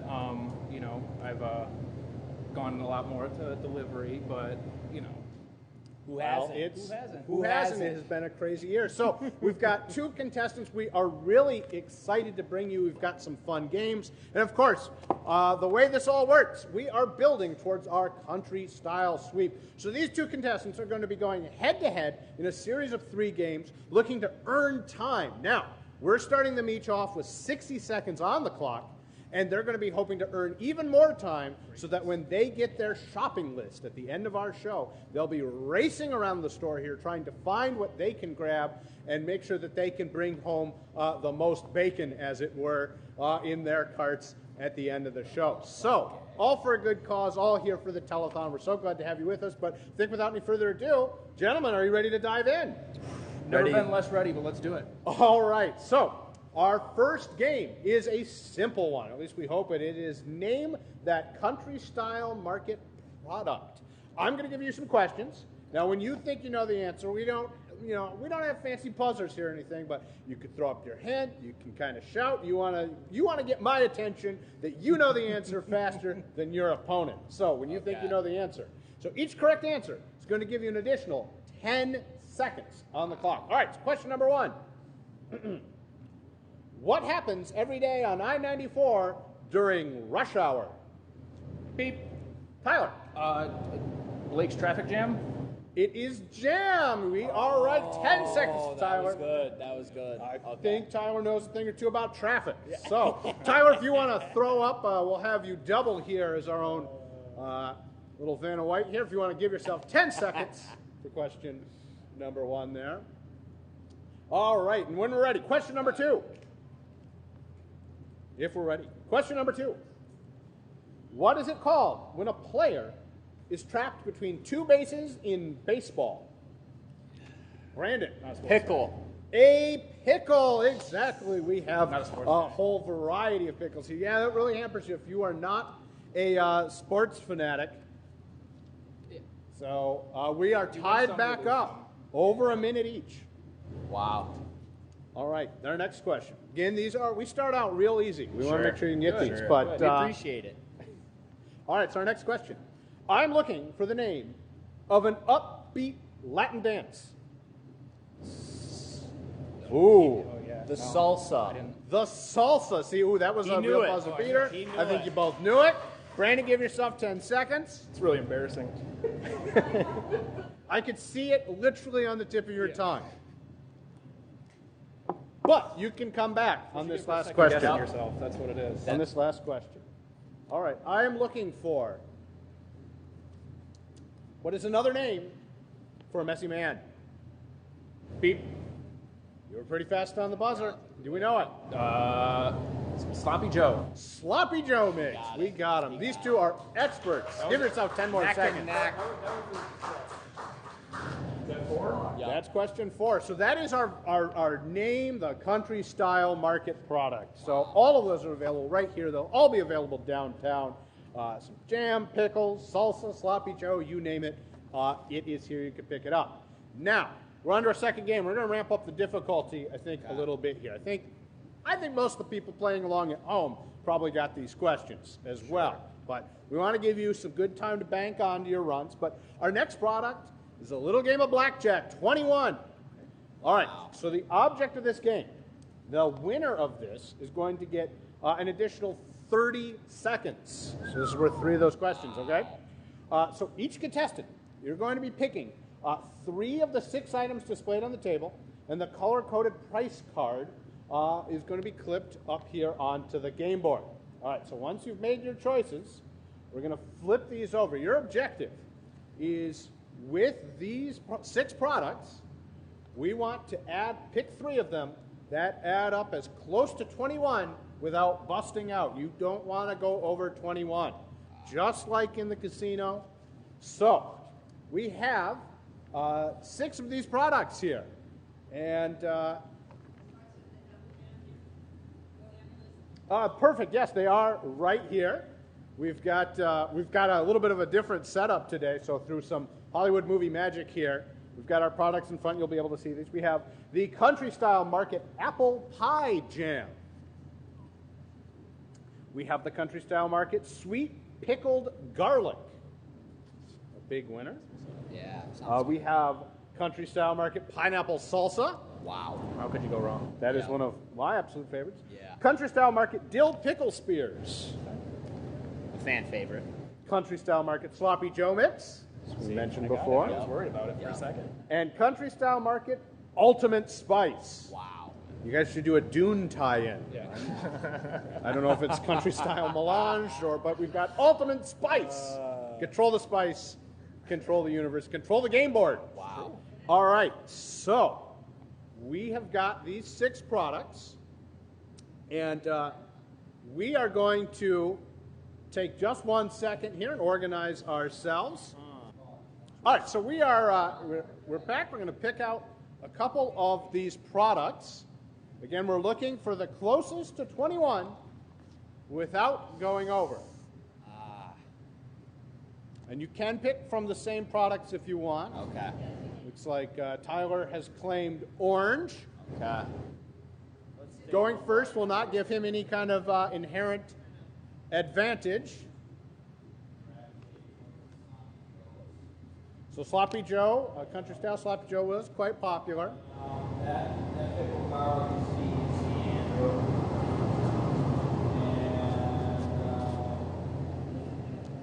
Nobody's going for the ultimate spice, at least so far. Oh, you know, you might. We'll put it in the game. We'll put it in the game and see what happens here. We'll see if it works for you. It worked for House Harkonnen. It worked for the Atreides. We'll see if it works for Brandon. All right, so we have all of our selections made. We've done a little bit of Hollywood magic here. All of our selections have been made. Now, Tyler, let's start with you. Tyler, why don't you tell us about what you picked? Looks like you went for the apple pie jam, the pineapple salsa, and the Sloppy Joe mix. The Sloppy Joe, honestly, was a bit of a wild card. I don't know how much that's going to be. But the apple pie, seems like a specialty item, so I felt like that got me a little higher than I could have. And what was your base? What item do you think took up, your base of your pyramid building to 21? Oh, absolutely, the pineapple salsa has to be the highest. It's a good play. It was a good play. All right, so exotic ingredients. We've got our first product was the apple pie jam, which was $5.99. We're still pretty good start. We're still on track. All right. Next product, the pineapple salsa's a steal at just $4.99. Can't afford not to. Wow. So it looks like we're at about $10 right there. Let's look at our third product. The Sloppy Joe mix coming in at $5.79. So we stayed well below 21. Wow. Did you get as close as you wanted? I mean, not as close, but I'm at, if my math is telling me correctly, $16.88, give or take. That's pretty good math. We are pretty close. It's a good All round. right. So, Brandon, let's see if you can do any better. I'm hoping I didn't go over, Andrew. All right. So, Brandon, you went for the pickled garlic. Yeah. And the pickled. It sounded a little something outside of my wheelhouse, so I was hoping. Maybe not something that's normally on the shopping menu. I was hoping it might be a little more expensive, maybe build a good base. $9. That's a pretty good start. We like to see that. Okay. All right, next we've got the Sloppy Joe mix, which we already know comes in at $5.79. Okay. And see, I picked that because I was worried, I already had a strong base I felt, so I didn't want to go too high. So You don't want to bust. That's the last thing you want to do. Exactly. All right, so Spice is life. I'm hoping this isn't really expensive. Let's see the ultimate spice. I might have busted. $6.89. We came in at. Let me run the numbers here. So $20.87. That's almost as close as you can get to 21. Brandon takes it. Brandon, give yourself 30 seconds more on the clock. I don't even know why I invited him. I know. Is this going to lead to trouble in the neighborhood? Yeah, he might have some eggs on his porch or something. Hopefully this doesn't. Hopefully they're country style eggs. Exactly. All right. So we are going to set up for our next game and be right back. All right. So after a quick break, a quick reset here at Country Style Market, we are back for our third game. It is a pretty close race, although. We have had Brandon pull out in front just a little ways with some extra time on the clock. But all of that could be nothing at the end of the game. It's just time. It is. That doesn't guarantee you a win. But our next game is another very simple one. We have high-low. So we have 6 products on the table there. We've got 3 for you, Tyler, 3 for Brandon. And we can see on our end. Now, what you folks see at home are the correct prices for these products if you came. A steal at any of those, I am sure. But those are the correct prices. However, on this side of the table, our contestants see the wrong price. And I will tell you what they see when we get to it. And their goal is going to be to tell you, is the actual retail value of these prices higher or lower? So let's dive into it. Simple game, but let's see. Tyler, why don't we start with you? Okay. All right, so Tyler, our first product is the Red Kettle Coffee. So this is coffee that's roasted right here in Port Huron, off the old Citadel building, the old Salvation Army building. Now the price that you see there is $14.99, $14.99. Is that price high or low?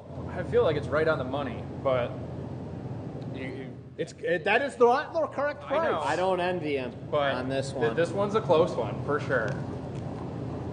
I'm gonna say higher. It's good quality coffee. It is good coffee. He's going to say higher. All right, so our next product, Crunch Master Crackers. All right, so the Crunch Master Crackers, you can see the price there. They would be nice at any kind of gathering, or maybe you just eat them by yourself. Yeah. Put any kind of topping on them. $3.99 is not the retail price. Are those Crunch Master Crackers more or less than $3.99? I feel like they definitely have to be higher. That's some bougie stuff right there. Yeah, you know? charcuterie board. Yeah. Anything you put on the charcuterie board. Yep. I'm a big fan of those. Price, easy. All right. Now our last product for you, Tyler, we have I.O. Organic Noodles. Looks like we have some spaghetti there. Organic noodles. All right, we've got $2.49 is not the correct price. Are those noodles more or less? I mean, if I'm playing the meta here a little bit, there's 2 up, higher. 2 up, maybe 1 down. So could be, or $2.49 again seems like could be like one of those teachers who makes every answer C, though. Yeah. They had to throw the organic in there as well. Yeah. So I'm just like regular pasta, maybe it's lower, but I'm gonna go lower. Just hedge my bet. All right, he says lower. All right, so let's reveal some of Tyler's choices here. So the Red Kettle Coffee, you said higher. The price, $14.99. Actual retail price, $13.99. So no, I'm sorry. That's you don't get that one. It was lower. That's tough. All right, but that's okay. You can come back from this. Crunch Master Crackers, you saw them at $4.49. The actual $3.99. The actual price $4.49. Good job. You are correct. They were a little bit more. And then we've got the organic noodles. You saw them at $2.49. You said they were less. They are $1.49. Wow. You are right. 2 out of 3. That's pretty good. That is very good. All right. Now 10 seconds apiece on these. So give yourself 20 seconds. Awesome. Under high-low, 20 seconds. All right, Brandon. I didn't win that one, guys. Sorry. Let's see if you can do any better. All right. We got some different products for you. Yeah. We have some bruschetta from Delalo. You see it here at $5.99. What do you think? Higher or lower? I think the name bruschetta just sounds higher. So just sounds higher. All right, so he's going to go with higher. Stand up this side.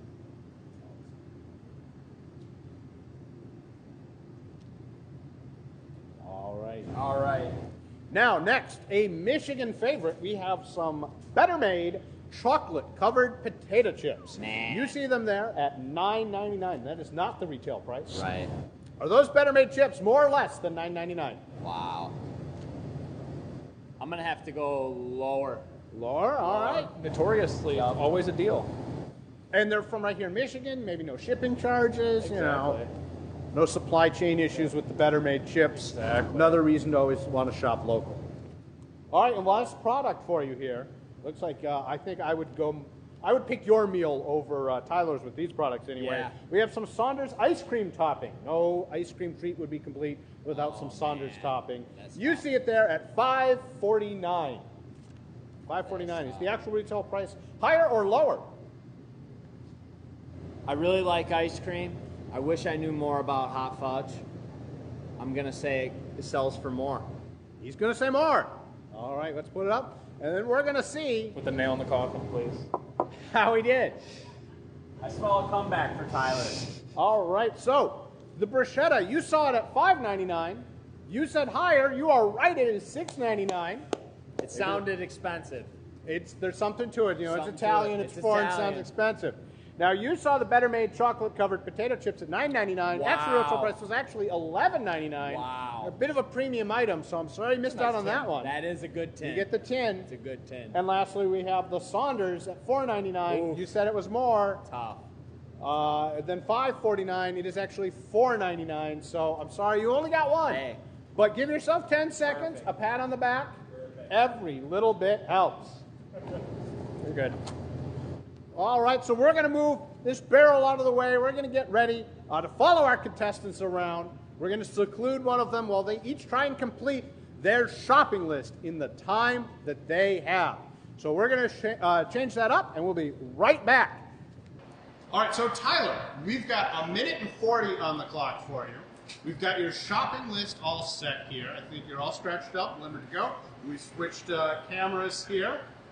Now, you do get a lot of things delivered, but you know your way around the grocery Oh, I store just a definitely, little bit. yeah, So I've meandered. you have Many a time deficit of a few seconds, so you're going to have to move fast to make up for this, but I think you can.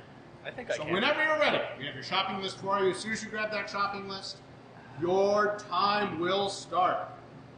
1:40. Are you ready? 3, 2, 1, go! Okay, looking for noodles first and sauce. This is convenient. Noodles and sauce? Looks like those might be Noodles and by sauce. Noodles and sauce. What else do I should look on my before, right? I should have read the whole menu. Archway cookies, noodles, Anna's noodles. Amish noodles. We're not seeing Anna's noodles yet. Okay. Always a question, do you keep looking or do you move on? Oh, we see D'Angelo's spaghetti sauce, any kind. I go for whole peel usually. Just noodles.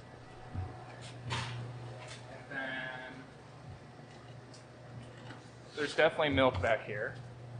Milk back here in the freezer section in the dairy. Naturally. Looking for Calder's. He's found it. Enjoy a little chocolate milk tonight. Might be hubris to spend extra time. Oh, but, yeah, exactly. You know, if you're going to win with the If I'm going to win, I'm definitely going to lose. Boar's Head hummus. Holy smokes. 30 seconds, you got 2 items. Really got caught up on those spaghetti noodles, D'Angelo's. Oh no. We can remember the bonus item, but we also know. Anna's noodles. Oh, you made it back to the noodles. Cookies. Cookies. Cookies. Cookies. 5, 4, 3, 2, 1. All right, let's bring the card on up. Whew, they make it look so easy on They TV. do. But... My God, those are trained professionals. All right, well, we're going to have our professional cashiering staff here check everything out. We'll take a look at the list and get things set up and see how Brandon I at least does. got dinner. And You got dinner, exactly. All right, we are back with Brandon. You've come out of your sequester in the back. Yep. So you've got a full 2 minutes. You've got a time advantage. Okay. But that doesn't guarantee a victory by any stretch. It doesn't. So we've got a shopping list for you. It's actually the same shopping list. Perfect. You can see how well you do compared to Tyler. So I think if we are ready, we'll put 2 minutes on the clock. Get that shopping list. All right. Are you ready? 3, 2, 1, go! Let's roll. Okay. First one is Anna's Noodles. Oh, we don't. Okay. Yeah, it can, however you come across. Okay, let's see here. We got any sauce? So Delato's spaghetti sauce is on here. Man, it's been a long time since I've been in a grocery store here, Andrew. Nope, I'm not seeing nothing. Moving through with a little bit of speed. That's good. Not seeing nothing. Okay. Let's. Any bread on here? Any bread? We got. On the list. I don't think so. Okay, let's. We're coming over into uncharted territory. We're just going.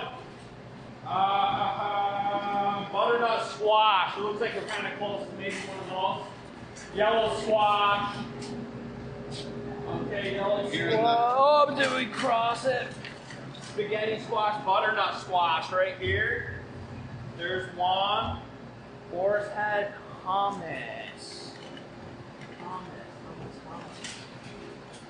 Okay.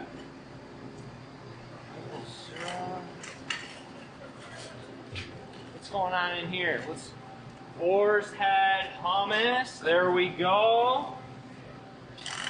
2 items down. And we need some tortillas. Oh my gosh. The time just flies. Sure does. Where are we at? No, that's not what I needed. What else do we got? Barbecue sauce. I got the best chance of getting some barbecue sauce.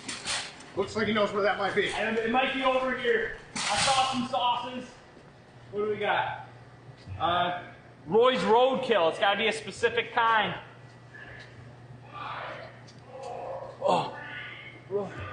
That's hot sauce. Oh. Oh no. The hot sauce duped me out here, Andrew. All right, well, we can head back. All we got is 2. What are your immediate reactions? That was a lot harder than I thought it would be. Long time since I've been in a grocery store. I think it showed. Hey, gave it my all out there. That's all I can say. All right. Well, we're going to check in with our friendly staff here for a checkout. And we'll be back at you at the podiums. Well, we're back. We've tallied everything up, which I have to say, guys, did not take very long. It's tough. No, it was tough. It was tough. Hard going out there, I think, for both of you. But in the end, it was a very close game, even though, Brandon, you had the time advantage. You came up with 2 items, which was 1 short of Tyler's 3 items. And I almost want to give him extra points for getting the chocolate milk. That is a good grab. He went back to put back the 2%. He got the chocolate. It's a good grab. It was a very close game, but I think a very fun one. I think we had some fun. When's the last time you got to run around in a grocery store? Never. Without my parents yelling at me? I Yeah, don't know. never. I don't know. Exactly. So I hope you had as much fun as we did. But Tyler, you get the bragging rights. We also have some nice little prizes for each of you, and we have, if you guys want to grab these, we're going to, I think, bring them back to you. And we have the lovely Michelle right here. So she's here with Country Style Market. Thank you very much. And we owe a huge debt of gratitude to her and Steve. Come on out, Steve. So we have. Here, we can. I think we can. Yeah, I think we can all cram in. So we have Steve and Michelle, owners here at Country Style Marketplace. We're so excited to come back this year. We're always so thankful for the support that you give to the museums, for letting us come film this. We've got these nice little shopping carts, nice little prizes, so you can always remember the time you were here on Port Huron's hit game show, Country Style Sweet. And it would not be a good game show without the big check. Well, at least beautiful. So our donation to the museum. We are so thankful. This is the kind of thing we love to see in our telethon. So hopefully, if you've been inspired by this kind of level of generosity, you can call or go online right now, phmuseum.org. Well, we just finished filming our game show, and one of the things that really occurred to us at the museum, we've been talking about this for actually a couple of months. We're so thankful to work with our friends at Port Huron Country Style Market. And at the museum, we really view ourselves in a particularly unique spot that we're kind of associated with the history of the city, and we really wanted to start going out on a limb and recognizing that we're not the only ones who have something to do with history or historic preservation in the city. There's all sorts of people, everything from private homeowners to, in this case, some real business and community leaders who have gone out of their way with their downtown store. It's going to be opening real soon, the Country Style Market at 310 Huron, and it was such an enormous effort that has gone into it. We figured we had to recognize them for that effort. So this is actually our first inaugural Historic Preservation Recognition Certificate. So I'm really honored on behalf of the museum to be able to present that to you guys, that we are so excited. So tell us just a little bit about the store. I mentioned it's at 310 Huron. So it's right downtown, the Times Square of Port Huron. And what drew you to that location, and why do you like an old building? Initially, it was just something spoke to us from that building, and being covered up the way it used to be was, I kept telling Michelle that every time we walked by, there's a real mystery behind that building, and I'm getting more and more intrigued, and eventually we decided we'd look into it, and lo and behold, once we walked through and seen what a gem of a historic building it was, we were like, wow, we should really try and do something with this. We didn't know what, but we just thought the stars then aligned. Yeah. Right. Yep. You were able to, it's been tough. You did all this. Not only would this be an enormous endeavor any year, but you did this all during 2020 and 2021. You did this during COVID, during supply chain shortages. It's been, I imagine, a real challenge. Yes, it has. Nightmare is probably Yeah. more appropriate, but at the end of the day, we really had our hearts and minds vested in this project because it's just such a gorgeous building. There's significant history to it and to the culture of our city, and we just felt that it would be a remarkable baseline for just a good country store with old-fashioned values. Well, I think you're filling a niche that is sorely needed in the community. I know there are hundreds, if not thousands of us very eagerly awaiting the day when the doors can be thrown open, do our grocery shopping downtown in the old Woolworths building, and I think you're writing a new page in the history books of Port Huron. And so for that, we really thank you from the historic preservation community. You've done an amazing job, and like I said, we're really looking forward to it. So thank you for all you've done, the support you've given to the museum and the whole community. Well, Andrew, we're flattered to be recognized, and we just want to thank you for the wonderful work you do for our community and for the museum in general. So it's a mutual admiration from us to you guys too. From a whole group of history lovers to all of you watching the telethon, we hope that you've enjoyed what you've seen so far. There's more yet to come. If you enjoy history, this has inspired you, again, check out phmuseum.org. Give us a phone call at 810-982-0891. Make your pledge today. We've got all sorts of special give-backs that we're telling you throughout the day. So great opportunity to support history in ways just like this. So we're going to head back to the Carnegie Center, and we've got more on the way for you coming right up.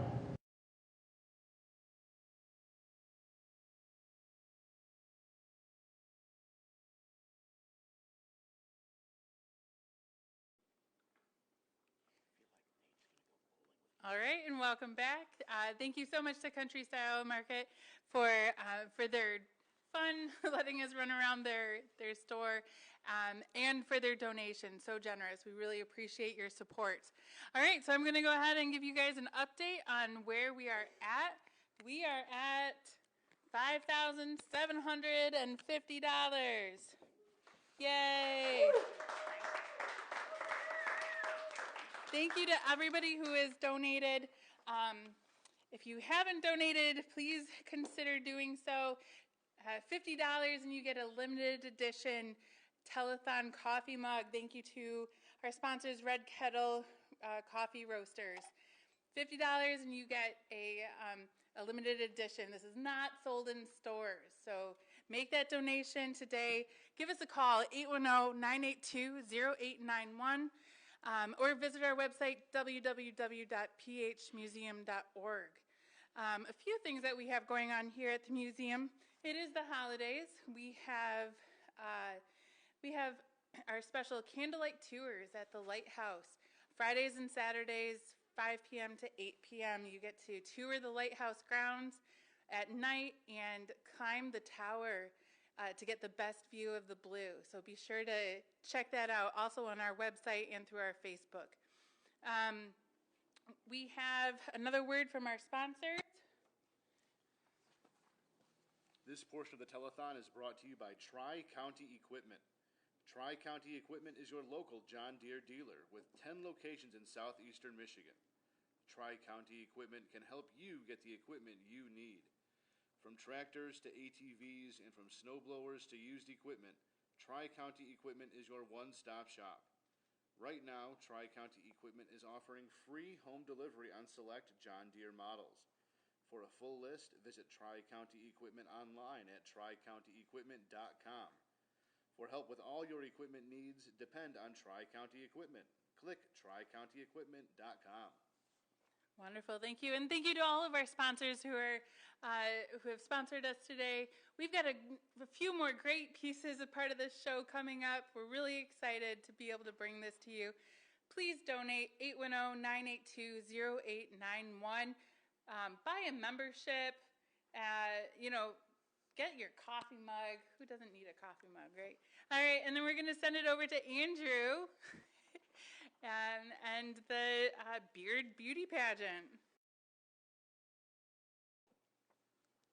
All right, thank you, Veronica. We're over here live in the South Gallery, and we are getting ready for something I am very excited for. We are right here on the cusp of crowning some of the beard kings of Port Huron. But, before we get to the many luxuriously facial haired gentlemen behind me, I want to talk a little bit we have a couple judges here. We have Natalie and we have Chuck. We are so glad that you guys were able to come out. So tell me a little bit about yourselves. Tell me your background. Why are you here judging a beard contest? Well, thank you very much for having us. Totally appreciate you thinking of us and helping crown this year's Beard King.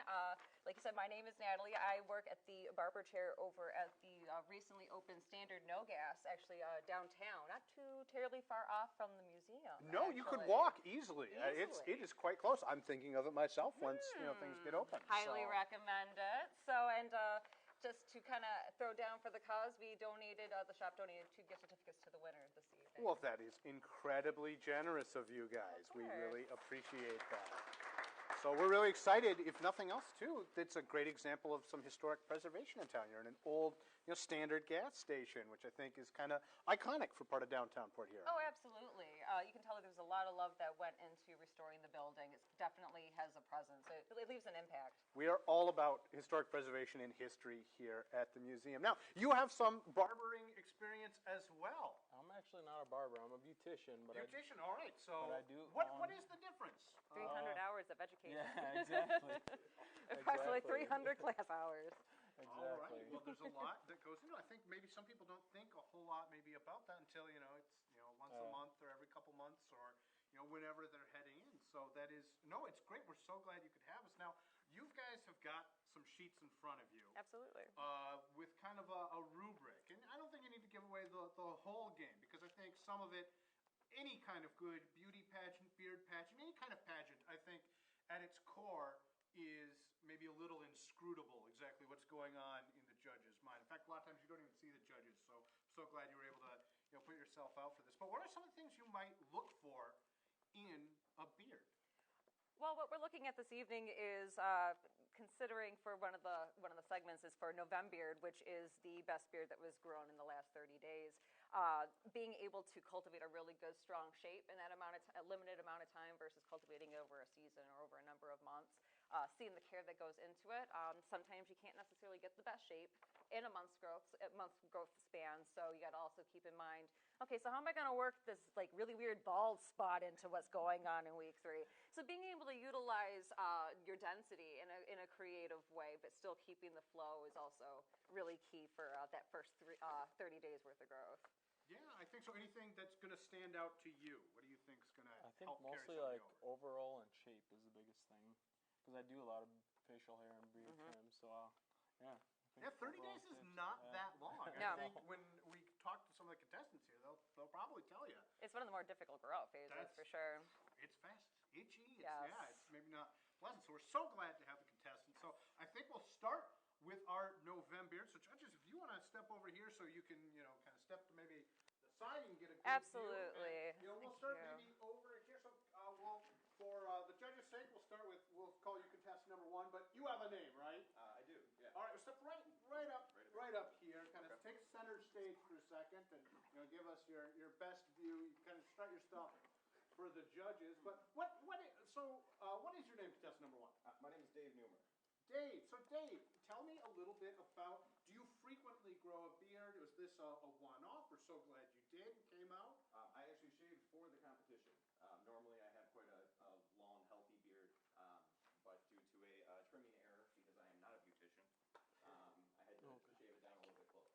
So when the competition came around, I decided to help out the museum. There's some lovely people here that well, thank you. Really like yeah, so it was a good opportunity. What do you think the most difficult part of that first month is? Going out in public. when you have a beard regularly and you don't have it, every person has the same reaction of, oh, it looks terrible, or whatever. Do you get a lot of the baby-faced comments? Do people think you look more youthful or younger, or to the point where some people shave their beard and it makes them look like a teenager again? No, I didn't get much of that, but now that you mention it, I wonder if I should have. Well, anything else you want to add to those out viewing the beard pageant, or maybe the judges who are kind of tabulating some? Anything else you want to say about your beard, facial hair in general? Oh, we've got your picture here, which I think maybe if we can switch to our close-up cam, we've got a great before and after, so we can see just how much kind of came in there.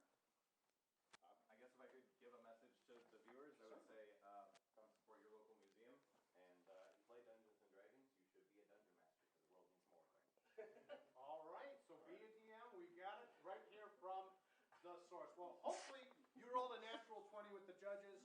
We'll see, so maybe we can circle on through. And contestant number 2, step on up for your moment here in the spotlight. Although I wish we had a real spotlight. It's more figurative, but it's a light spot. Right, exactly. So, what is your name? Okay, that makes sense. Polly, thank you so much for coming. So, Polly, we've got a picture here. So, if we want to show that off before or after, how was the last month for you? It was busy but rewarding.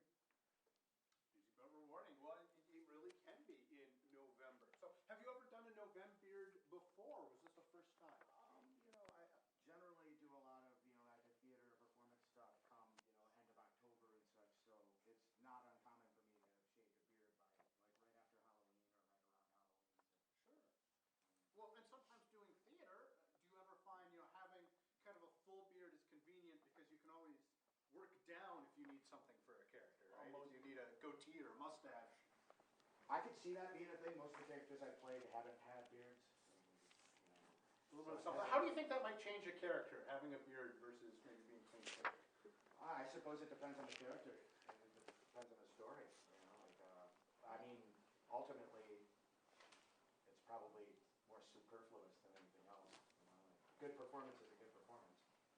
Well, there we have it. I think that's very true. So, any other messages you want to send out to those watching the beard patches, maybe the judges who are taking their notes? Wash your beard. Beard. That's pretty good. Amen. I think that's pretty much said it all. Come to your museum. Support your local, support your local art culture. Support your local history. Come out here. We got a lot of cool stuff for you, don't we? Absolutely. I think it kind of slides under the radar for a lot of people, and it's something that should be way more frequently taken advantage of. All right, well, let's give it up for Polly. And I don't know if we gave it up for contestant number 1. I'm sorry if we did, but let's take a chance and thank all the contestants so far for having such a nice year. Come on up. All right, number 3, what is your name? My name is Nathan Merrick. All right, Nathan, we're going to make sure we capture all of this, so I got myself another microphone here. Nathan, so thank you so much for joining us at the Beard Pageant. So this is your chance to kind of model things off. How has the month been for you? How has that treated for you? Beard-wise, it's been cold. Extremely. So you typically sport a beard then, I'm guessing? Yes. So you shave for us. We always appreciate that. Or maybe you... I went as Magnum PI for Halloween. so I was already like 75% there, so I just went full way for you guys. Well, we appreciate anyone who will go all the way for the museum. Absolutely. It's something we really appreciate. So, you've grown different beard. What do you find the difference in having a mustache versus having a beard? What do you think? Mostly children not approaching you when you have a mustache. This needs we all got a chuckle. I think any gentleman who's had a beard might be able to tell stories, right? We'll put this back. So. Okay. So that works. Anything else you might want to add to those out watching, or any shout-outs you want to make? We're so appreciative. Oh, I just want to shout out to all my coworkers at Moe's Corner Deli and tell everybody else out there to come by, stop by, get a sandwich, soup, warm yourself up, and support local business. We love Moe's. In fact, that's what we all had for lunch here today. Fantastic. So we all had something very good. So let's give it up for number 3 and for Moe's. Thank you so much. All right, number 4, come on up. How's it going? Hi, number 4. Let's hear your name. Brian David. Brian, thank you so much for coming out. Brian, this is your, moment in the sun as we've been talking. We've been talking, a lot about beards. When do you remember the first time you grew a beard? Did you try right in high school, maybe, afterwards? I would say it was probably my 20s. High school was not happening for a beard for me. It was probably a pretty bad failed patchiness everywhere. The first time, it's always, you never know what you're going to show up, right? Absolutely, I mean, it's kind of a surprise that first time you finally decide to set down. Yeah, then you're like, I'll the shave razor. this off, maybe it'll grow back, and then you're... So what do you normally have a beard? Yeah, I was actually looking back, and the last time I shaved was 7 years ago. Wow, that is quite a long streak then. Yeah, so I believe like him, I was playing Darth Maul for Halloween. So... for you guys in the museum for a great cause. Well, and Darth Maul's a pretty cool costume. It would be hard to get all of that red and black in the beard, wouldn't it? For sure. Did you ever use your beard in any other costumes in years previous? No, not that I know of, no. Not maybe specifically? All right. Well, any shout-outs you want to make? Why should you be named the Beard King of the November? I would say just my youth. I did get, like you said, people telling me how young I looked without it, so I may just go without it from now on. Maybe a good opportunity. As we get older, try it. We have to do anything we can do to. And we can work it for the camera here. Show the folks at home, the ladies in the back row who are watching. So great cause here. But I could say some stuff to the audience. Come get a family membership. Enjoy the great museums we have and this great town we have. Well, thank you so much for the plug, and thank you for participating. I promise we did not prep anyone to say all these nice things about the museum. All right. We've got, I think somebody long-time Telethon viewers may recognize we have... Hi, my name's Evan Kircher. This is my 3rd time on this telethon. That is true. We will give full disclosure. I think is in the interest of fairness. Evan is my brother, but I literally also just met the judges, so I don't think that's going to have any impact on them. I wouldn't want that to color their the valuation or anything like that. But interesting. Yeah. Weird time of year for a Hawaiian shirt. Maybe you don't see a lot of those in November. Yeah, it was chilly out, but I was pretty warm. And I did not shave all of November, if that wasn't obvious. So no shave, November. Some of my previous beard styles, I'm a mustache man. I love a good mustache. I went as Freddie Mercury a couple years ago for Halloween. That is a good facial hair choice. Yeah, for a costume like that. Right. Have you found you more comfortable with the mustache or the beard or neither, or do you paint is beauty, right? So Sure. I mean, I switch it up every few months, but lately I've been going with the mustache. It's a lot of work to shave every day, so this has been a nice break where I don't have to shave. But it's true. When you do shave, you prefer like a straight razor, a safety razor, maybe a multi-blade job, or even electric. What's your preferred route? Yeah, I've got an electric trimmer to really cut down the bulk, but then I have just a normal, 5-blade comfort shaver. Sure. Those razor is what those called. Yeah. We all knew what you're talking about. Yeah. We all knew. So, any other special talents or anything that goes with the beard you might want to show off? No. impress the folks at home, the judges? Yeah, no talents really. I sometimes make drinks. We did see that earlier. A couple hours ago. We did see that. I want to give a big shout out to my grandma and grandpa if you're watching. Love you. All right. Well, thank you, Evan. Thank you. Thank you, Evan. And but certainly not least, we have whatever number contestant we have. I've lost track. Yeah, I think 6, and I'm Brian. 6. So. Brian, Brian. welcome up to Yes. front and center. Thank you. Now, you've heard kind of all the questions we've asked so far. Which one have you been itching to answer? Oh wow, I couldn't even guess. I'll tell you what, not having a beard is uncomfortable. It's cold. People look at you weird. And I've had a beard for the last 4 years solid, so it's kind of a shock to a lot of people seeing me without one. No, we had a recurring theme of there were some other. We had a recurring theme of some other people who had maybe other reasons to shave, and then the Beard King pageant happened to line up. Was this the case with you, or? It was purely for this competition. Yep, Well, just to support there we everything have going it. on here. And I'm not judging. I'd probably give extra points for that, but that's just Maybe one. just I don't me. know how points That's it's a nuanced system. I am sure. Many calculations will go into that. But so you normally have the beard. Have you ever used a beard in a costume before? We talked about that with a few people. No, I think the last time I was shaven though was for Johnny Bravo as a costume. So, yeah, that would work. Yeah. All right. Well, any shout outs you want to make out? Yeah, just absolutely the museums. Support them. The culture around here is phenomenal. There's so many arts and entertainment, and the museums are just a big part of that. So, yeah, support museums. We really appreciate that. So let's bring all the contestants back out here one more time. Let's give everybody a big round here.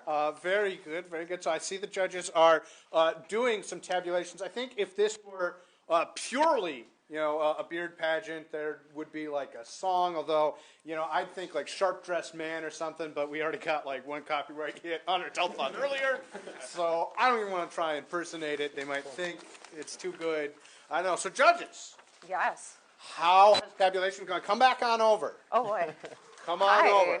How has tabulations gone? Oh, it's pretty close. It is pretty close. So, gentlemen, that's always a good sign, right? A good, healthy competition. Oh, indeed. So, do we have, maybe we want to name a runner-up and then first place. So maybe would that... Oh, so we're... Or do we want to start? I think we should just go right on to the next one. Okay, we can, I think maybe we'll leave people... You guys wait. We will leave some people in suspense. So, November's, if you want to step to the side, we do have one other category here.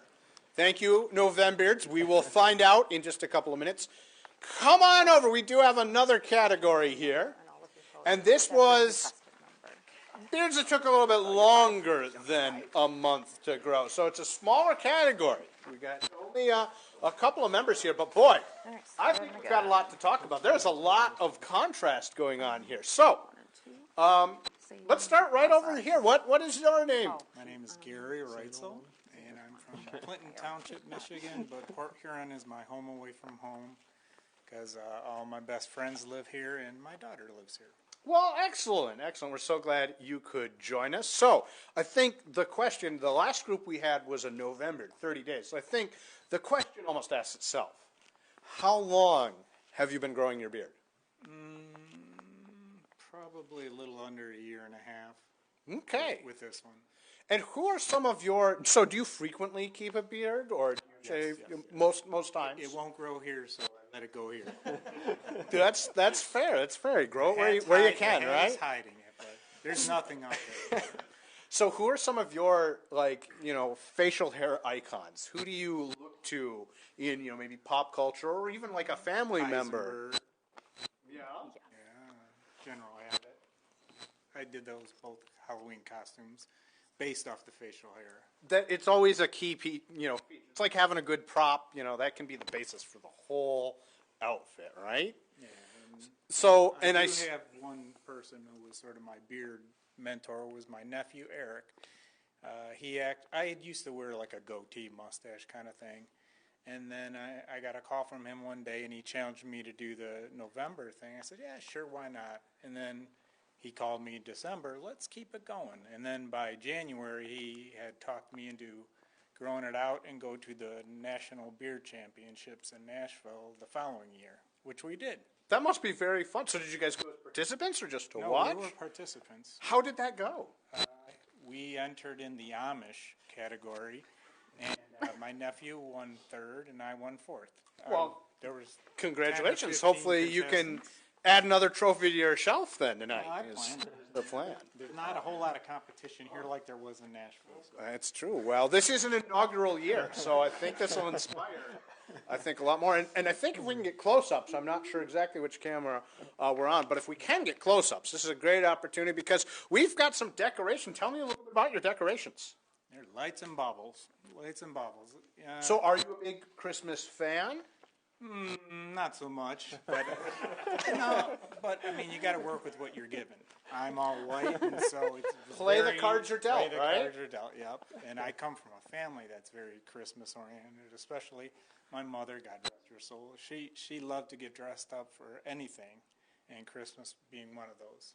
Well, we've got, it is Christmas season.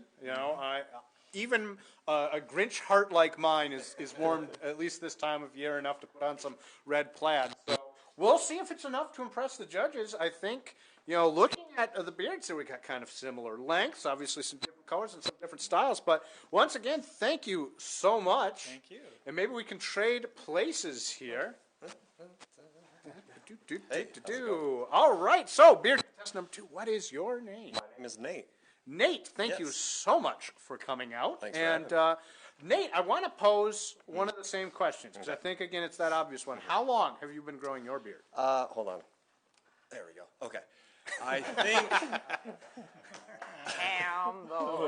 I've been growing it. I shaved down to a mustache during quarantine, and it didn't go over well, so I decided to grow it back out. So it's been about a year and a half now. Okay, a year and a half. That seems like quite a bit of, you've got quite a bit of length going It's on. a lot of concentration. Yeah. So what, who have been some of your maybe facial hair icons or inspirations? Oh, ZZ Top, Christoph Waltz, and Django, Gandalf the Grey, and the White. Those are very good inspirations. Do you plan on keep growing the beard? Oh yeah, I have. Do you have like a cutoff length? Is it like belt buckle? Is it by the time it gets to the vest, or wait and see? Well, for me, I would keep growing it, but Emily might have other ideas. That's fair. There's always a higher power, right? Yes. So we have kind of a contrast in style. We had two very seasonal beards. What caused you? What made you think? What was your plan with this one? Talk me through this. So, I like summer, spring time. I also like colors. I also wanted an excuse to wear this, so I decided why not dress up a little bit and look good while I was doing it. Well, very sharp, very sharp. Well, I think any shout outs you want to make before I think our judges are nearing the end of their tabulations. Just shout out to Port Huron. Come out and support your museums, your local businesses, local arts. There's a lot to do here and a lot to see, so make sure you come out and donate, please. Well, love to hear it. We love to hear it. So I think, yes, certainly. I also want everybody to come out to all the museums and stuff. They're such a gem. And then my second comment is there's just the two of us up here. You walk around the streets of Port Huron, there are beards everywhere. There's no excuse for 2. Next year, 10 minimum, it has to be. Oh, I think we'll have more for sure. Tell your bearded buddies to come out. I think they're going to see this. People are going to be envious, and whoever wins the November crown, whoever wins the general crown, I think there's going to be people coming for you next year for sure. So, why don't we bring back all of our contestants on out here, and we'll kind of crowd in as best we can. And how are we doing? We looks like we are still right on time and everything. So this was very exciting. I think we saw a lot of nice beards today. What do you guys think? Oh, absolutely. And hearing everyone's beard stories really was super cool, too. Yeah, I think there were some universals that any man who's ever grown a little bit of facial hair get behind. So that's true. Okay, so to answer the question about what contestant is what number, if you go back to the photos that you guys had, there's a number on there. Oh, I am really sorry. We did them out of order. It's okay. We were able to keep track of it, so it's a surprise. This will be a real surprise, I think, for everyone. Okay, so everybody know their number. Take a look at it. All right, most excellent. So the runner-up for the November title is contestant number 5. Number 5, come on up. Number 5, congratulations. Thank you, sir. Congratulations. For the king of November 2021, drum roll, please. Contestant number 4. My best friend. Congratulations. We do have a prize package for you. We've had some very generous donors. We've had some very generous donations from some of our judges and from the new shop that's opening right over up the Standard. We are so excited for that. So congratulations. I think it's well earned. I think we have winners. In fact, all of our November participants, you are not going to go home empty-handed. We actually have some prizes for you. I don't know how you'll feel about them, but we do have some battery-powered beard and mustache trimmers. You don't have to read anything into it, but they are there for you. We will get you hooked up with those in just a second. But I think the thing we really also are excited for, we've got just 2 entries here. So I think in some ways they are both winners. Oh, yeah. Well, So most definitely. absolutely. You both maxed out on the originality factor. And we love each other, too. I see But that. at the end of the day, there can only be one, right? That's true. And the So runner-up judges. for Freeform is contestant number 1, which means, Nate Hamlin, you are this year's King Freeform 2021 winner. There we have it. There he is, the great Beard King. Well, thank you so much to our contestants. Thank you so much to our judges. We had a lot of fun. I hope you guys had fun out there. And we are going to be passing things back over, I think, to the center stage. Yes. Getting calls to maybe come closer. Oh, there we go.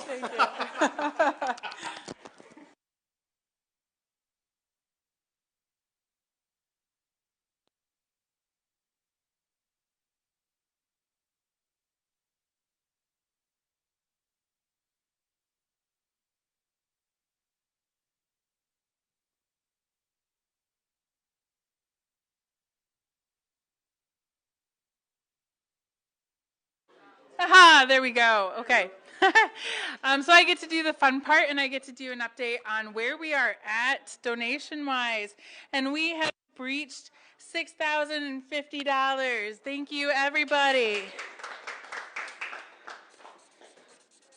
Thank you to everybody who has donated. We so appreciate your support.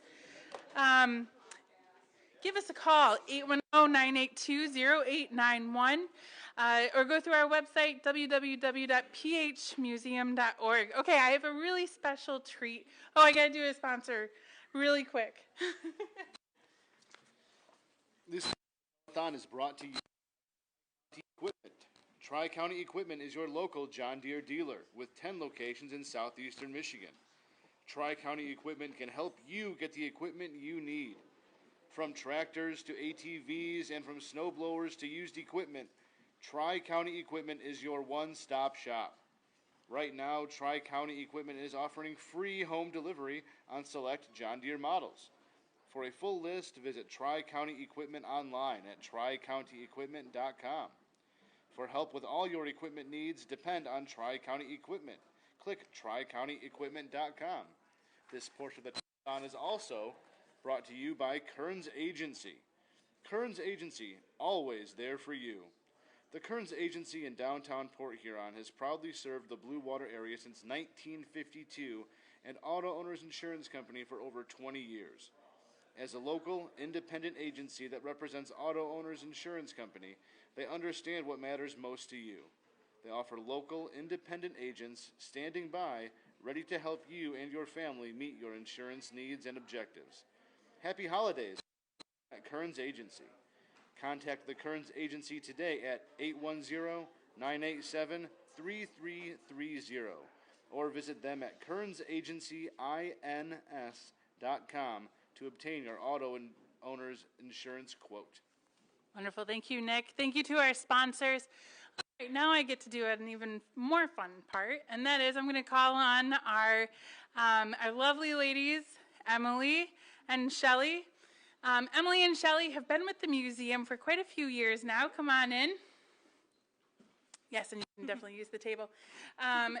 So Emily and Shelley have been with the museum for a few years now. You guys started off as volunteers for me, like 4 or 5 years ago? I think it was longer, like 5 or 6. However long you, almost as long as you've been. Yeah, okay. So I think this January is going to be 6 years. 6 years, yeah, that sounds right. Okay. So I kind of wanted to get into that a little bit. You guys started as volunteers because you were working on master's degrees, right? Yep, we were both at Wayne State doing our library information science with a focus in archives, both the same program, kind of at the same time. And you were just looking to get your feet wet in a museum setting, I right? think we had an assignment that we were supposed to go through an archive and like set up a finding aid for something in your archive. Okay, so I'm going to ask you guys to kind of give us a brief overview of what that archival work looks like. Is this one of the boxes that you guys worked on? Well, it's not one of the ones that we finished, but it's our favorite. Okay, well, that counts for something We too. have for lots of sure. favorites, you know that. I So do. this is what an archival box looks like. Has a nice little flip. Yep, so these boxes are specifically used for archival materials. They're museum approved, basically. They protect the documents, photographs from light, from dust, any elements like that. Yeah, so what's in this box? So in this box, What's the label? So we have a lot of this Emma Endlich's collection. We have several boxes of her writings and other things, her fun scrapbooks with her trip to Alaska. But this thing is my favorite. Emily and I both like this one. So her father, I think, had a bakery in, I don't know, 18 something or around there. But this is his bread record book. Let's get closer to the camera So, over here. I'm going to switch sides with you. So let's see, can we get Yeah. If you can see this beautiful old handwriting right here. there we go. Yeah.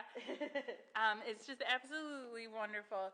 I know that we spent some time trying to decipher old handwriting. So these were, because it was an industrial bakery, it wasn't like, oh, it's a pound of flour, it's 40 pounds of flour and 8 ounces of lard. And does it have prices? I don't think it does. I can't remember. It's been a long time since we've looked at it, but they have all the dates at the bottom. 1906 for this one. Very cool.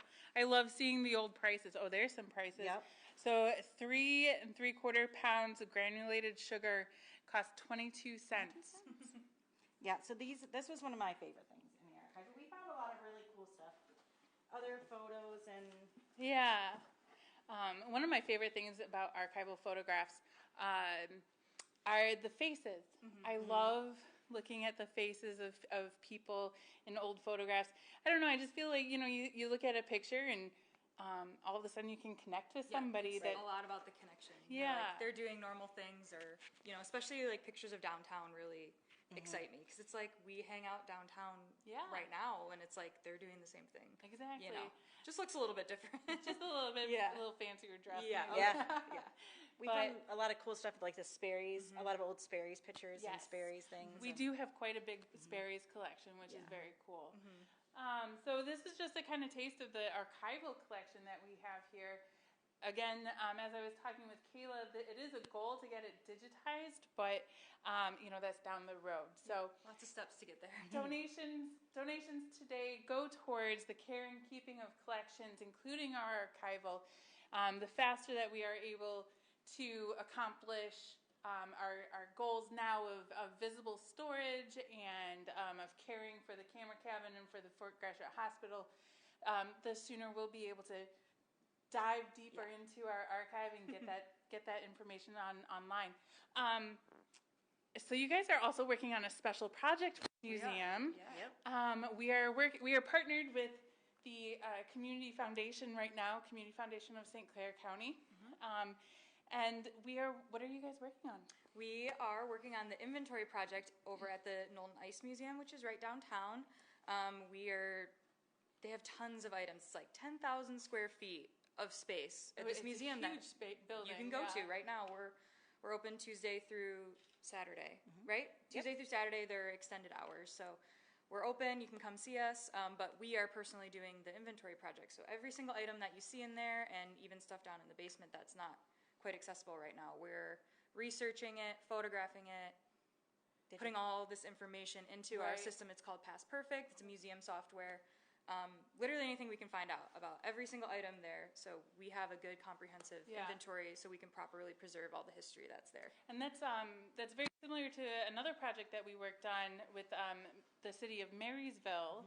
And we are still in the process of talking with Marysville about their historical collection. Shelley, can you give us a little rundown on that? Yeah, sure. What's in the collection? So in the collection is some really cool things, a lot of Morton salt things that I thought were really interesting. There's some old band uniforms from Marysville. There's some, it's been a while.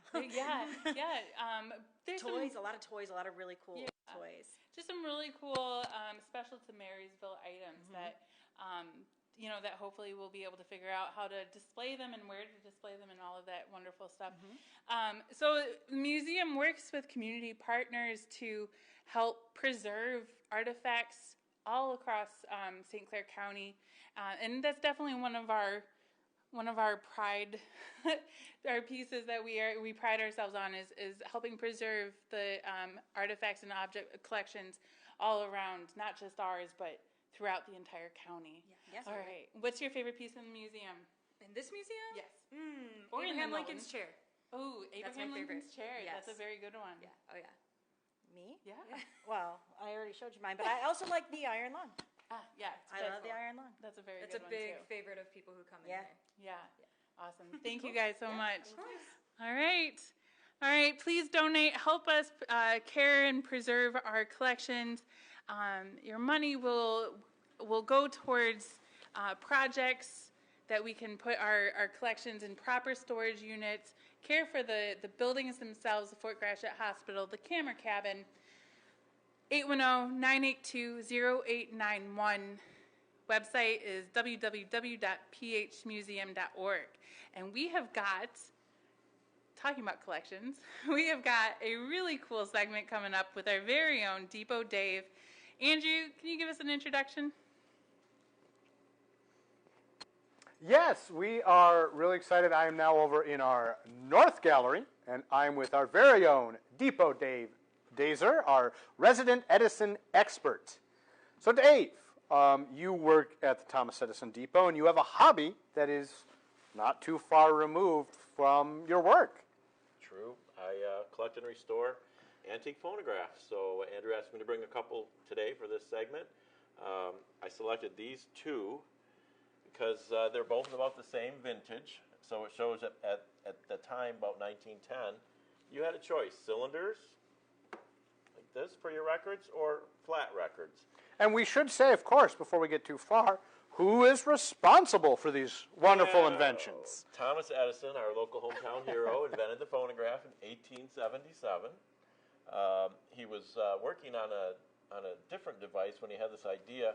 The telephone had just been invented in 1876, and in typical Edison fashion, he's thinking, oh, what can I do to make that better?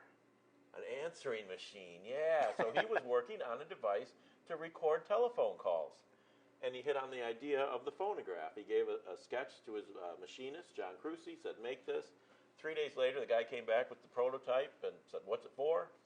They told him. They watched as he wrapped tinfoil around it. His crew all had bets going on whether this thing would work or not. One guy even bet Edison a $10 box of cigars. So they watched as he put the tinfoil on the machine, smoothed it all out, cranked it. I won't tell you what he said because we're going to make a wax cylinder recording today imitating Edison. So if you know, keep it to yourself.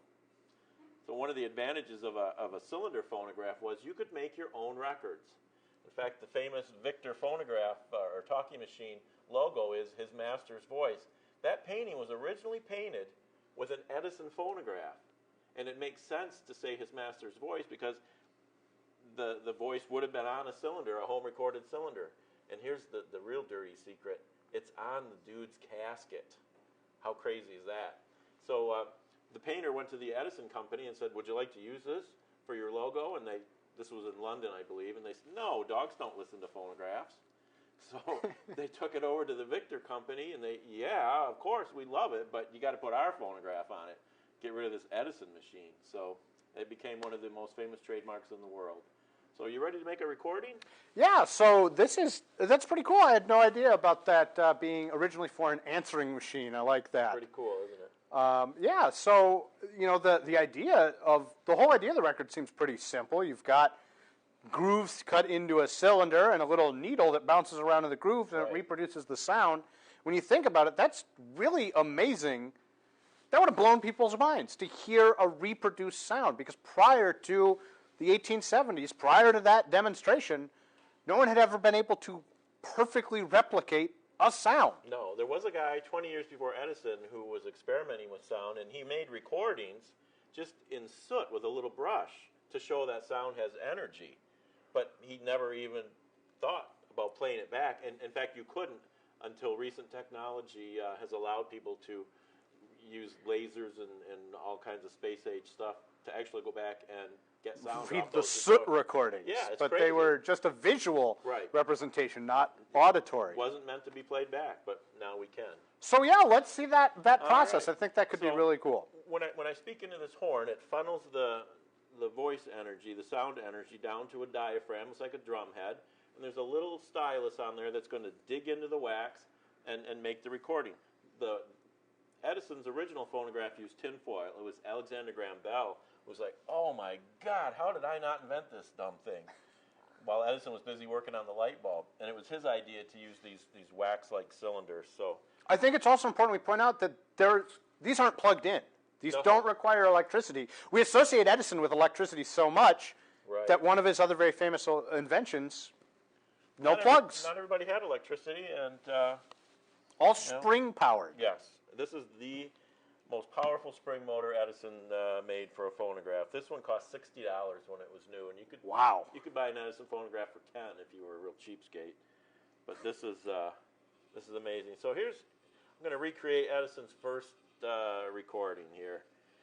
He starts off, I think he wasn't sure what to do. I mean, there's a lot of pressure on a guy, right? First time you're ever going to record something and play it back. So he started off with this. Let me set it down and get started. Hello, hello, hello. Mary had a little lamb. Its fleece was white as snow. And everywhere that Mary went, the lamb was sure to go.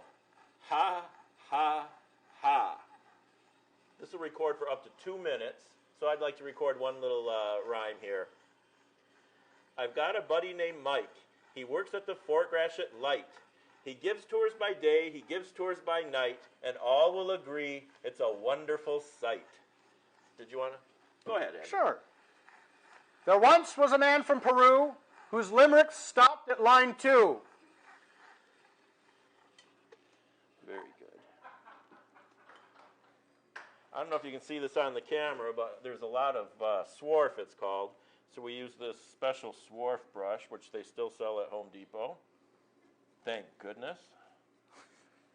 Now, we can't play back with the same thing we recorded with, obviously. So we have to put in a playback head. Edison called these reproducers. Would one of the recording heads come with one of these machines when you bought it? That wasn't an add-on or anything? No, it was a complete setup. Pretty cool. Yeah. All right. Will the microphone pick up from the horn? I think it might. We'll make sure. I'll stick my lapel right there.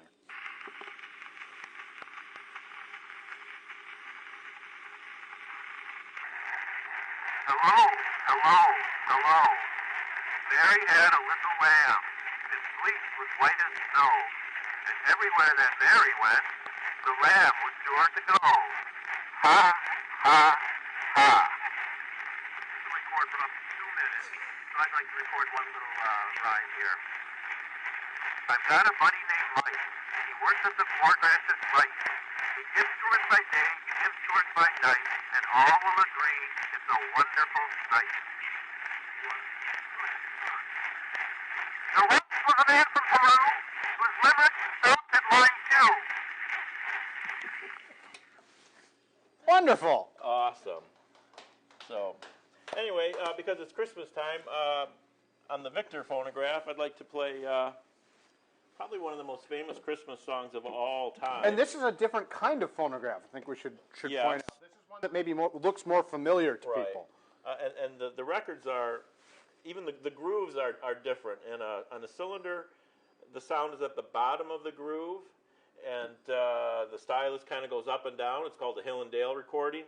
On regular 78s or albums, it's a V groove, and the sound is on the side, and the needle goes back and forth. And on these, you have to change your needle after every record, which really bothered people back in the day. That's why it's hard to find good condition records. The reason for changing the needle is because the record has an abrasive in it, which wears the needle, and thus the needle is sacrificial, sparing your record. So this is Bing Crosby singing White Christmas, and so we don't get in trademark trouble or copyright trouble, I'm going to make this educational. This song was 1942, written by a Jewish Russian-American immigrant for a movie, and it won an Academy Award for Best Song in a Movie that year. And Bing Crosby made it famous, and there's no Christmas in our house that we do not play this.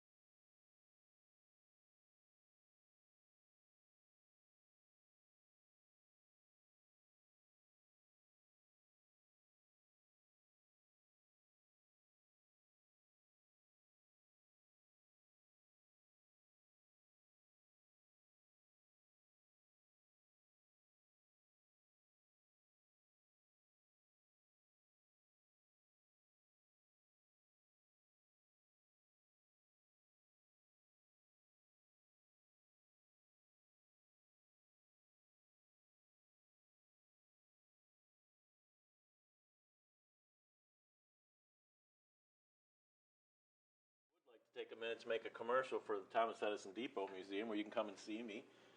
My favorite thing we sell there is this book, Young Thomas Edison. The author came right to the depot, and many of the paintings inside, if you're there, you'll recognize. Like up in the train car, if you've driven by, we've got these guys here in the back. Every grandparent I show this to with grandkids buys this book. It's amazing. There's our train car in the back. Back of the building.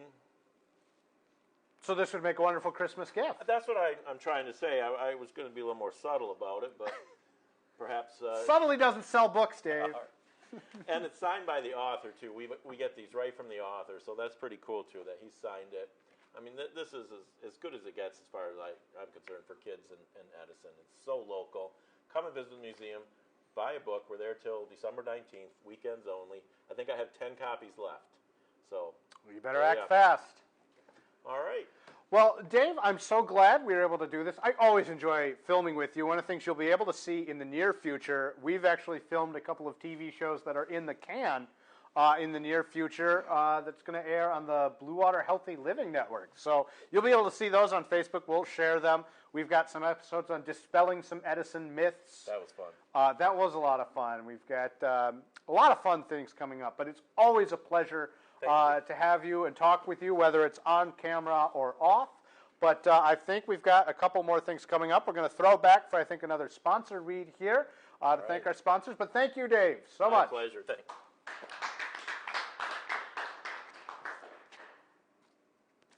All right. Thank you, Dave. Thank you, Andrew. I just want to call out a couple of people for their generous donations. First, we have Dan and Susan. Thank you very much for your very generous donation. Kristen Sikori, we appreciate your very generous donation. And Todd, thank you very much for all of your support. please give us that phone call, 810-982-0891. We've got a phone bank, and they're just waiting to answer your phone call. I also get to update where we are. We have just received 6,710. So we are now nearing the $7,000 mark. Thank you, everybody, to making this possible. Yep, $50 or more, a $50 donation or more will get you a limited edition telethon only coffee mug. We are not selling these in stores. $50 or more. Be sure to get your coffee mug. All right, we've got another word from a couple of our sponsors. And then we've got a wonderful session after that. The Port Huron Museum Telethon is brought to you by the Kearns Agency. Kearns Agency, always there for you.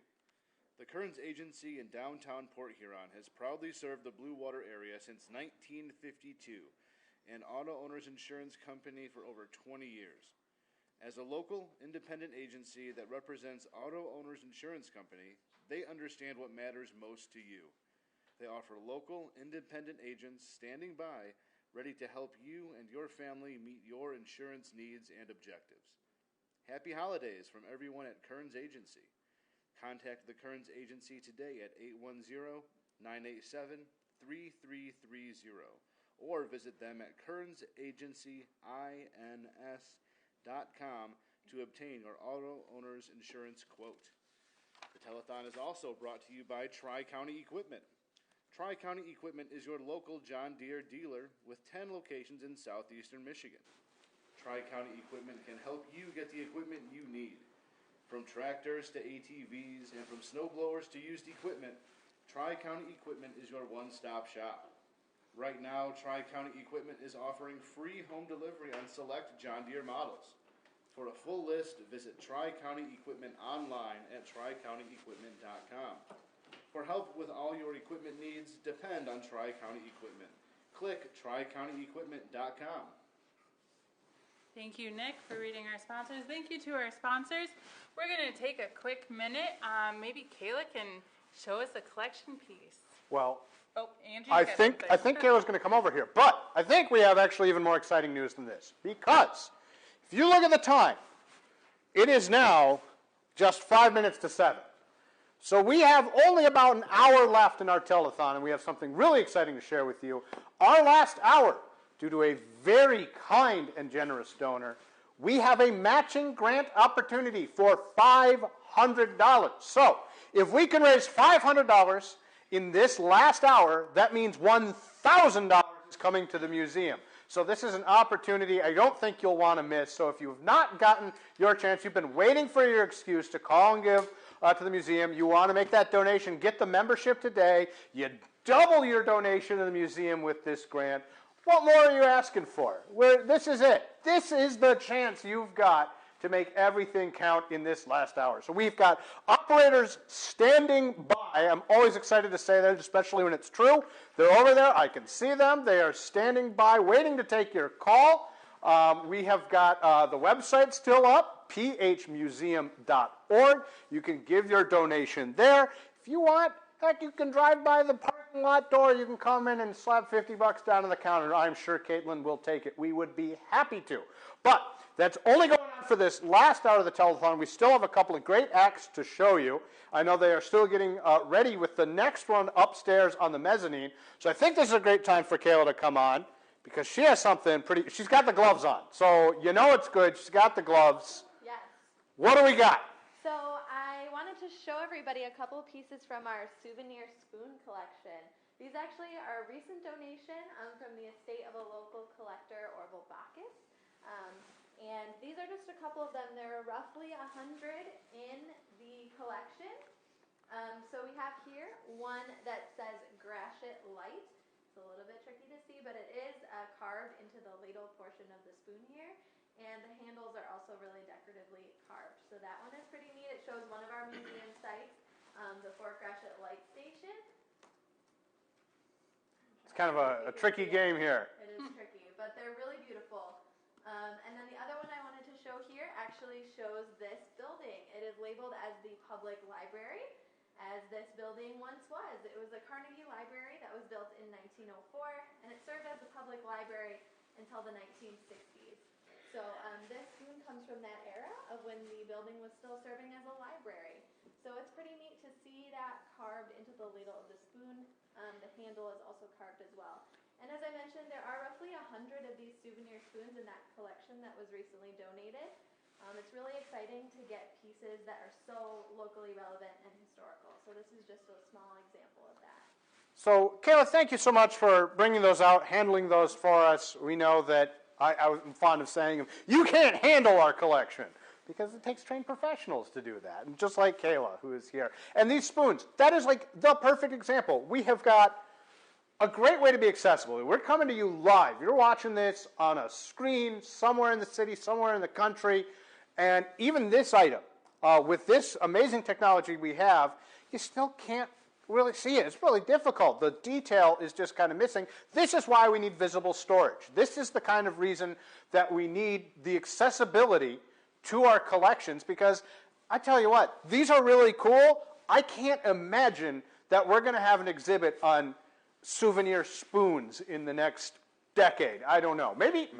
I don't want to speak for our exhibits planner or anything like that, but that's the kind of item that is a great item in our collection. It tells an amazing story, but you want to see it in person in our visible storage. But I'm getting the sign. We are ready to go.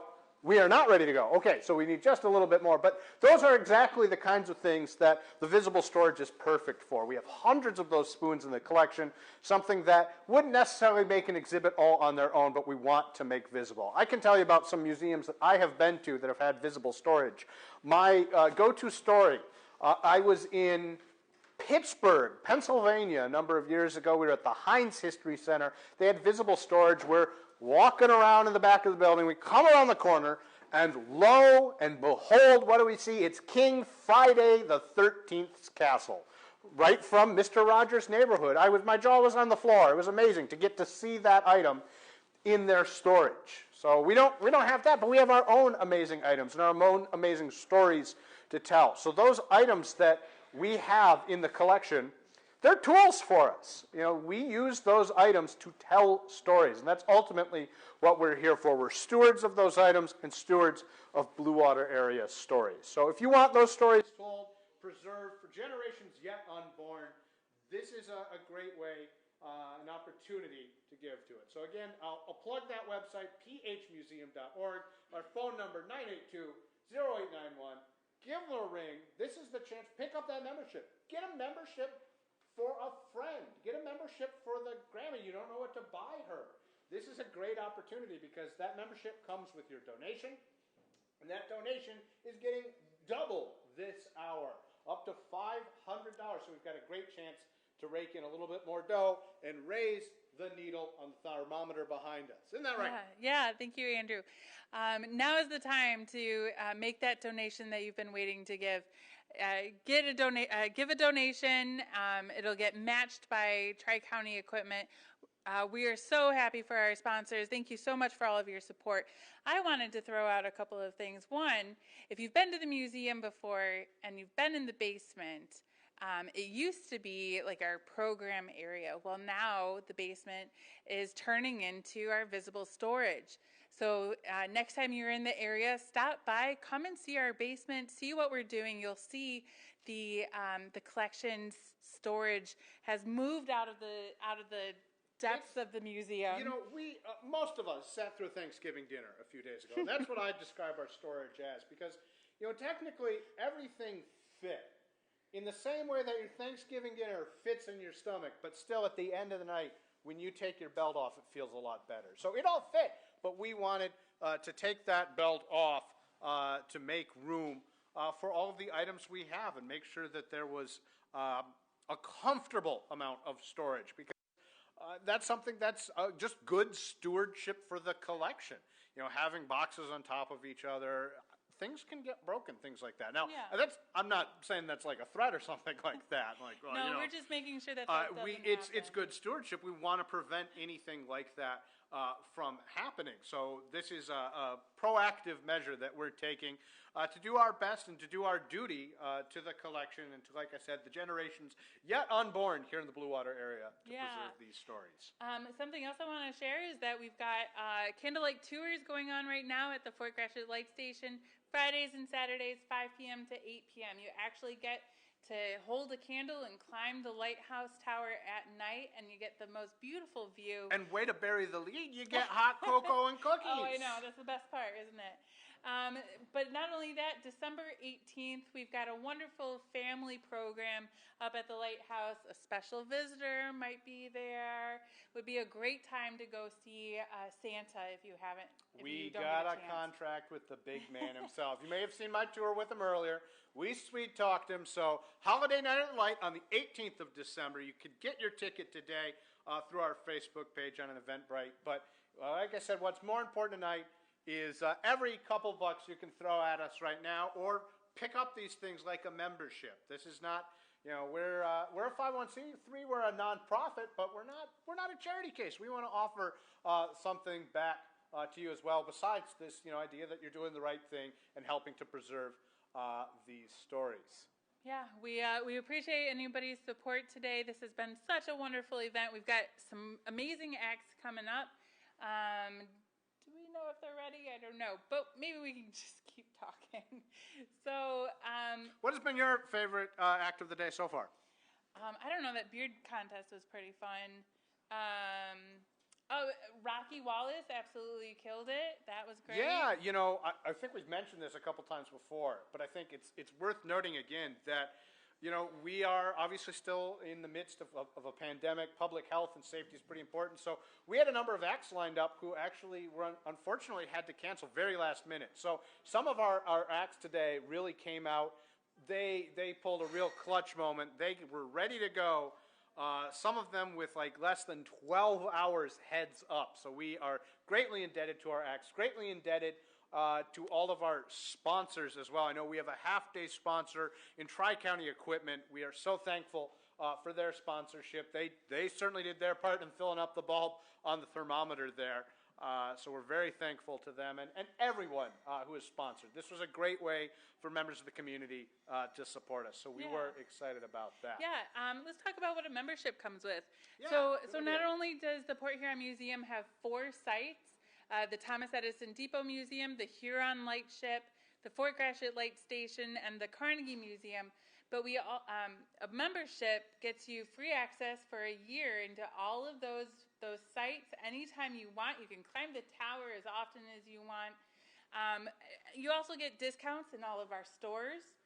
You get discounts on programs and special events, and a lot of that is also included free in your membership. So buy that membership, support the museum, help us continue doing what we love to do and tell the stories of the area. And speaking of telling stories, I'm still getting the signal. We are working a little bit on setup. That's always the fun of doing things live. But one of the things we have to look forward to next year, speaking of telling stories, we've got a couple of trolley tours coming up, and we do a large number of trolley tours throughout the year. In fact, this summer, we did a trolley tour every single week from April all the way through till at least October. So it was a very, very busy season for our trolley. You always can book the trolley for private tours. I lead a lot of those tours. Depot Dave leads an Edison tour, which I highly recommend if you're all interested in that sort of thing. And next year, we're going to have a couple of new lineups. The Murder and Mayhem tour is far and away our most popular. So that's why I've put together more murder, more mayhem. Give the people what they want. So that's what's going to be coming up on that second tour with the more murder and more mayhem. We're also going to be having a bar hop, which is prohibition themed. I think that's going to be really popular. Our trolley goes away for a couple months in the depths of winter. It's our chance to get a little bit of work done on it. And it's also, frankly, kind of cold on board. They're trolleys that are not really meant for deep winter driving or anything like that, although we do have our Christmas light tours in December. This is last month. So look for that come April. And Veronica, you've grabbed an artifact. So maybe you want to scoot on up to the camera and tell them about that. I'll see if we can Let me grab the mic. All right, help things along. I feel like I'm back to working in the collections. All right, so quickly, this is, I don't know if you guys can actually see that. This is a letter G. This is a steel letter G. As many of you know, of this great storm of 1913, this cast iron G is from the wreck of the cargo ship, the Regina, a ship which sank during the infamous storm of 1913. The Regina ran aground a few miles off the coast of modern-day Lexington, Michigan. Attempting to make safe harbor from the deadly November storm, the efforts of the captain and crew were to no avail, and the captain decided to make anchor where they were. The Regina took on significant damage from running aground and capsized and sunk shortly after anchor was established. Wayne Brusate was a part of the diving team in 1986. And after working with Michigan State Department of Natural Resources, he was able to make contributions to our museum, including this letter G from the Regina. So this is just another example of items from our collection generously donated by local historians and collectors. All right, so I've got word. We've checked. ready. We are all set to throw things up. One last reminder, this last hour is real crucial. We've got that $500 matching grant. I want to hear the phones ringing off the hook, and we may have already matched it. So would that be pretty great? But I still want to hear the phones ringing off the hook. We'll give you guys an update. So we'll get you mugs. We got all that. But we're going to throw things up to the mezzanine right now. You guys are good? You ready for introductions then? Honey, I'm Joe Jacobs. This is part of our family here. Joe Jacobs, I'm Aamjiwnaang First Nation member, which is located in Sarnia, Ontario, Canada. This is our great niece, Isabel. I'm Joan Jacobs from the Little Traverse Bay Band of Waddala Indians. I live in Port Huron, which there used to be a reservation, Black River and Swan Creek tribe here. Who's next?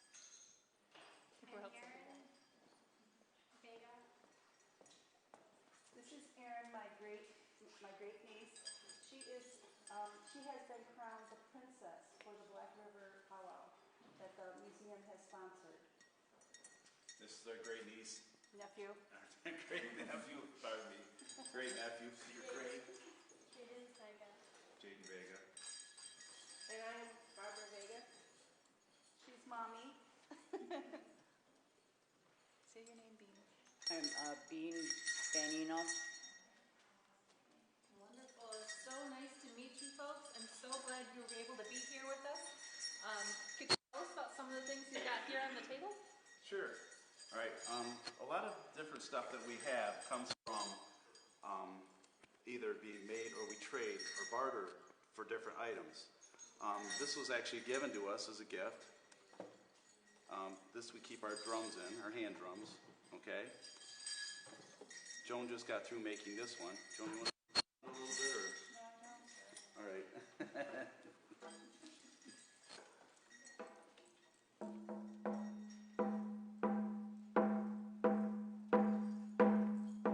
And a lot of times the woman's drum is used for different ceremonies. I'm sorry. Yeah, we do water ceremonies, but we don't use the drum for that. Certain songs that we sing with the drum, but certain songs also do not use a drum or a shaker. But we do have shakers here too, and if we don't use a drum, we'll use a shaker for like our ceremonies, songs for that.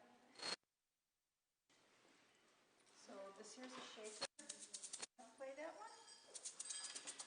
Hey, Jaden. That's what these here sound like. They might have rice in them or stones.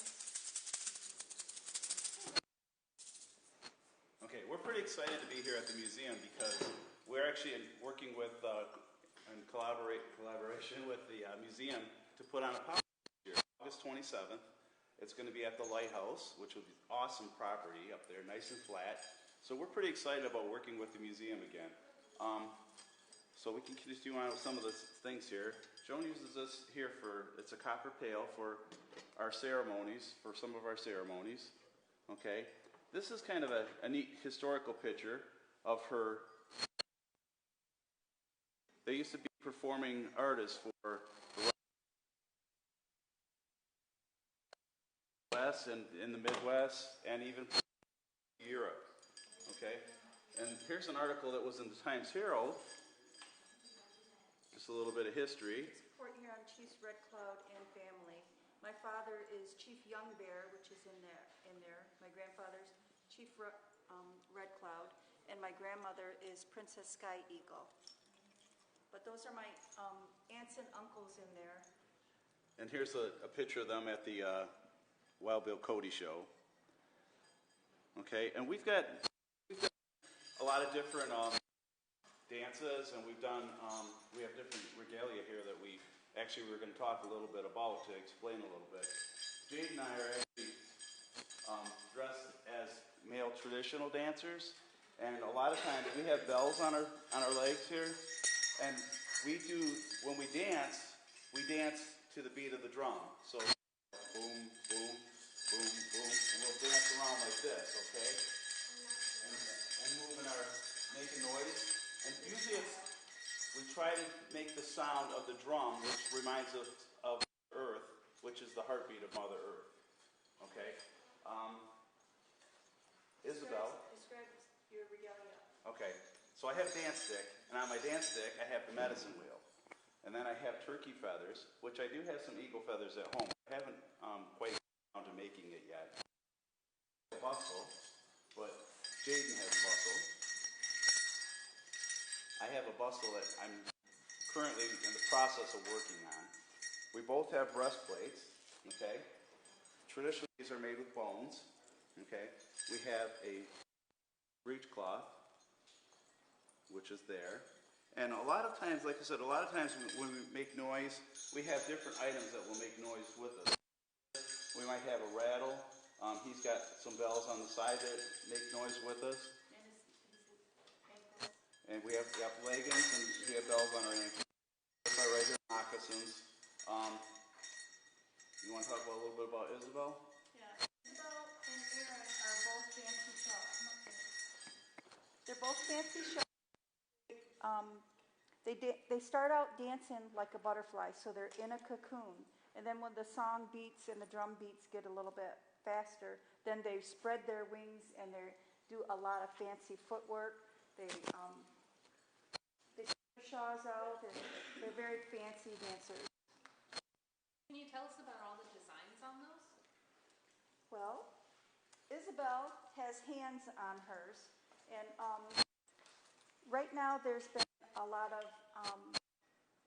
bones that have been found for the missing children around the residential schools. So the orange represents the missing children, and the top hands are the hands of her mother and her father, which nurture her and are raising her and loving her. So the hands on the top is her protection. And she has a yoke.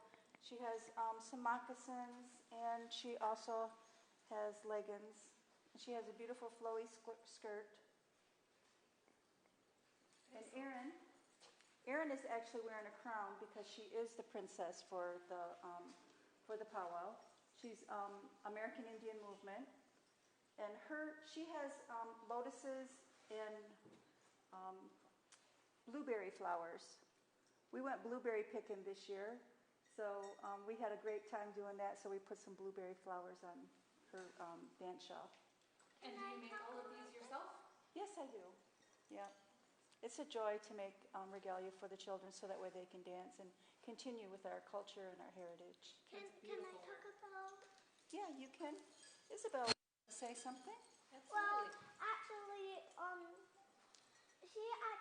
Erin turned around. She actually got the yoke on the back like mine. Let's move your hair. With blueberries on it. Yeah, and flowers. Blueberry flowers and blueberries. commemorate that memory. And I actually have this. Let me see.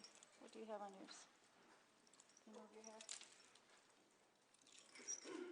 More She has, flowers. yeah, she has more flowers. Excellent. I got a rat in my hair.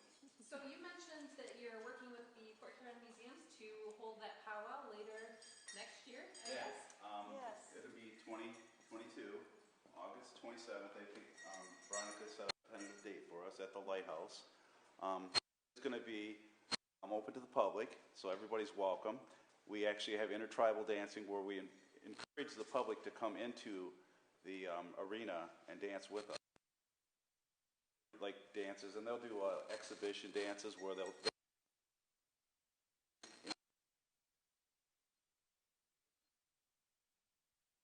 on Saturday, August 27th. The weather in August is usually pretty good. And so we're hoping it's going to be great. let's hope so. Can you tell us a little bit about what goes into it? Okay. What we can expect in August? What can we expect in August? Awesome fry bread. Of course. Some Indian tacos with the fried bread. There's going to be some traditional food. A lot of the vendors or people that bring food in will actually, for a price, they'll sell like corn soup and different kinds of fry bread that they make up. And you'll, like you said, you'll get to see us doing exhibition dances where we can actually show you the different style of dances. And yeah, what else do we? I mean, it's a joyous occasion. Is there anything else you think? Yeah, there is different dance styles. So for the exhibition, like the men will be dancing out there by themselves. So you'll see all the different regalias for the men, and the same with the women. We sometimes have jingle dress dancers out there, or we'll have the fancy shawls, or we'll have the traditional women out there as well. But each one will represent, different dance styles. So with that, we might also have different exhibitions coming in as well. And then also for the community, there's vendors. So we have all kinds of different crafts and things that we make for sale. There could be dream catchers, there could be mandalas, there could be moccasins, medicine bags. There's all kinds of different things for everybody. Wonderful. If it's one thing we've learned in this telethon, we have a very talented community, so that'll be very exciting. And we love the diversity too. I mean, it's so nice to actually come out and actually share the culture with the native and non-native people here in our community. Joan and I both lived in the community for well over 30 years. I mean, I've lived here my whole life. I'm a traveler. She was a traveler. But so at the powwow, usually they'll start it off with a grand entry. So grand entry, you'll get to see how we actually honor our armed forces, because a lot of the Native Americans, well, like Joan's family, all of Joan's uncles have been in the armed forces, okay? And my dad was in twice. He was in the Army and Navy. Yes. Because he loved this country so much. And I have my dad and his five brothers were all in the service too. And in fact, there's an article in the Times Herald that actually shows his mother and talks about the 5 or the 6 children, male children that she had that all served in the armed forces. So at the powwow, we honor tradition, we honor our military, and we honor life and Mother Earth. Wonderful. Well, thank you all so much for coming out and supporting Fort Huron Museums. As we mentioned, that powwow will be in August at the Lighthouse. We're very much looking forward to that. Is there anything you'd like to add? Well, we didn't get to talk about our regalia. Oh, traditional. by all means, yes, please. So, Barbie and Queen, could you come up here for just a second? Us three are traditional women, so we dance traditionally. We dance to the drumbeat of Mother Earth as well. Barbara here is wearing a tea dress, which is made of cotton.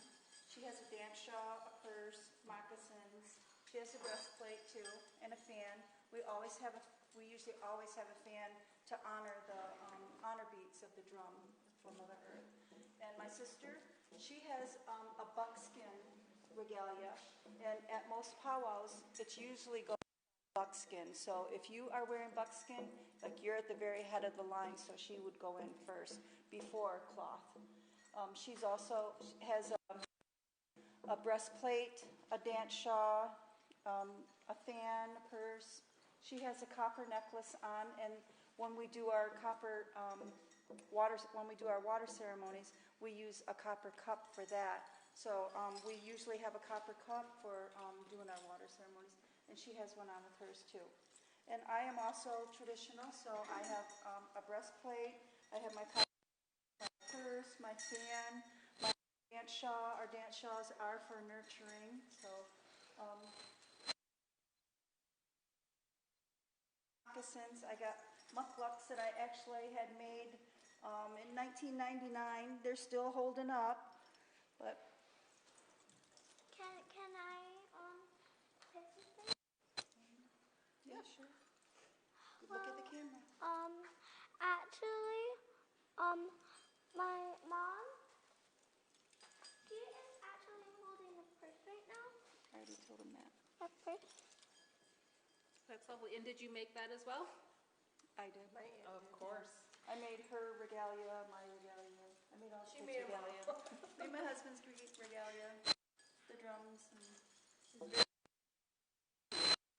Very busy, and she sews a lot. yeah. Certainly sounds like it. Usually it takes a year to make a regalia, but I made 3 regalias in, what, 6 weeks? Or 3 weeks? 3 weeks? 3 months?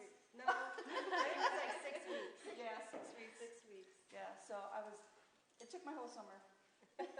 So Joan and I are actually going to work with the museum and try to expand on the Native American exhibit.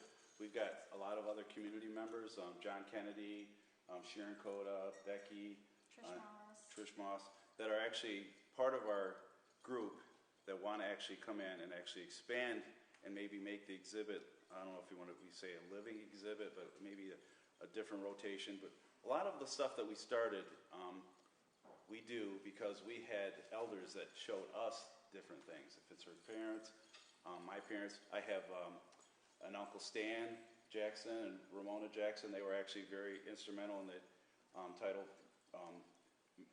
Indian Education Program for the Portland Area School Districts. So a lot of the stuff that we do to honor them, our ancestors. Fantastic. And I know we are also looking forward to expanding our Native American exhibit. As you can see, this is not history. These people are still around, and we appreciate working with the museum so we can help you tell your story. That's what we're here for. Well, thank you. Miigwech is thank you. Miigwech is thank you. Yes. I'm going to mispronounce that, so I'm just going to say thank you.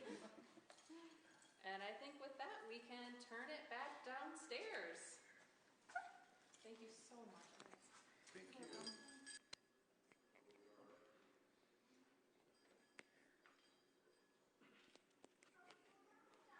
All right, thank you so much. So we really appreciated that, Joe and Joan Jacobs. Thank you guys for being here.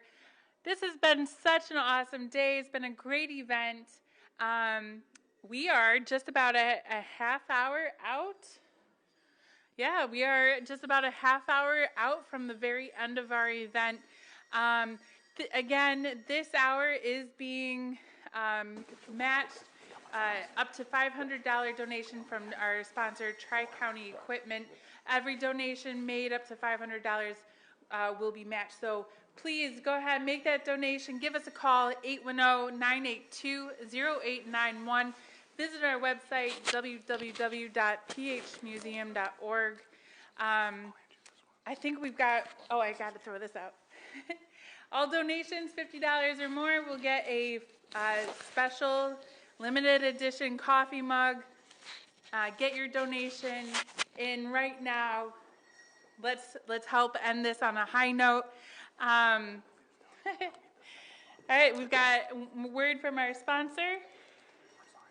The Port Huron Telethon, the Port Huron Museum Telethon, I apologize, is brought to you by Tri-County Equipment. Tri-County Equipment is your local John Deere dealer with 10 locations in southeastern Michigan. Tri-County Equipment can help you get the equipment you need. From tractors to ATVs and from snow blowers to used equipment, Tri-County Equipment is your one-stop shop. Right now, Tri-County Equipment is offering free home delivery on select John Deere models. For a full list, visit Tri-County Equipment online at tricountyequipment.com. For help with all your equipment needs, depend on Tri-County Equipment. Click tricountyequipment.com. The telethon is also brought to you by GAD Business Consultants. GAD Business Consultants are business growth specialists dedicated to the long-term, successful, and ethical growth of business and organizations. They are committed to providing practical solutions that improve the quality of life of their clients, stakeholders, and the communities they serve. Probably a mix, yeah. Probably one or two. Wonderful. Thank you so much. Thank you to our sponsors and to our donors. I wanted to make a few shout outs to some of our very generous donors: Catherine Schieffer, Michelle Miller, Joseph Barden, and John and Diane. Thank you guys so much for your generous donations. Cannot wait to have a great evening the last half hour we have here. We've got one more act for you. And I'm just super excited for it. We're really looking forward to it. So we're going to go ahead and hand it off to Andrew here in just a minute and take it away.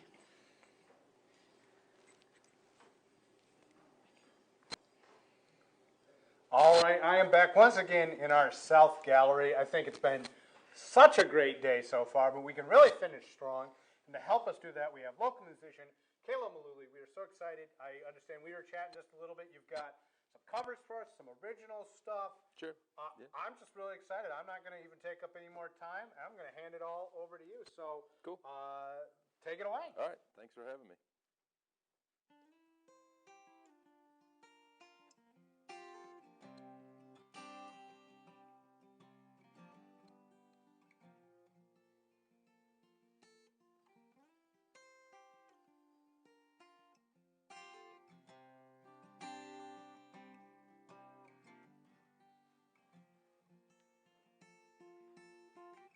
Just yesterday morning, they let me know you were gone. And Suzanne, the plans they made put an end to you. Stepped out on the morning and wrote down this song. I just can't remember who to send it to. I've seen fire and I've seen rain. I've seen sunny days that I thought would never end. I've seen lonely times when I could not find a friend. But I always thought that I'd see you again.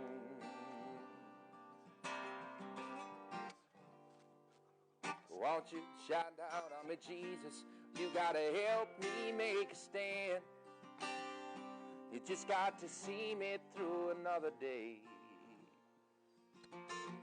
My body's aching, my time is at hand,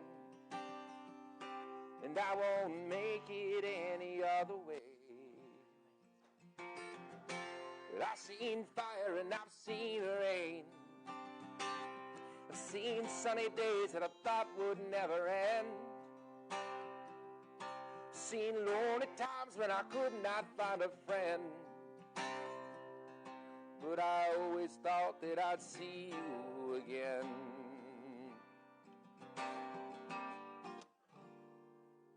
Been walking my mind through an easy time, my back turned towards the sun.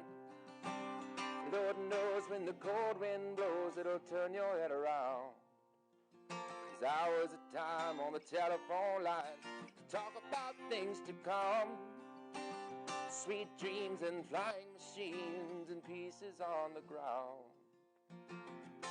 Well, I've seen fire and I've seen rain. Seen sunny days that I thought would never end. Seen lonely times when I could not find a friend. But I always thought that I'd see you, baby, one more time again now. Thought I'd see you one more time again. Just a few things coming my way this time around now. I thought I'd see you, thought I'd see you, fire and rain. Just yesterday morning, they let me know you were gone.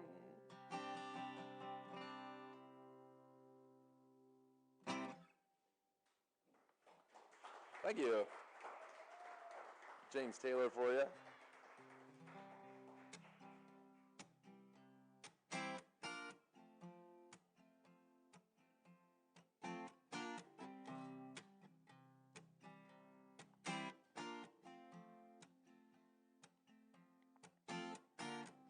Little too tall, could use a few pounds.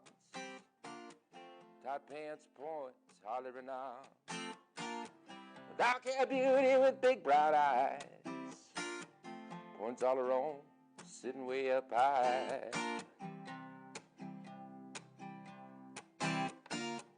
Way up firm and high. I passed the cornfields where the woods got heavy. Out in the back seat of my '60 Chevy. We were working on mysteries without any clues. We're paying our dues. We're working on the night moves. Trying to make some front page driving news. Working on the night moves. Summertime. The sweet summertime, summertime.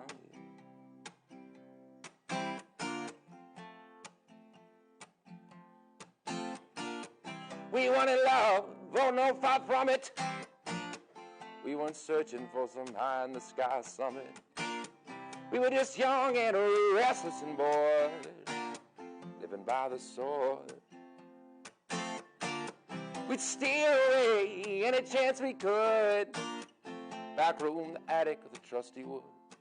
I used her, she was me, but neither one cared. We were getting our share. Working on the night moves. Try to lose them awkward teenage blues. Working on the night moves. Summertime.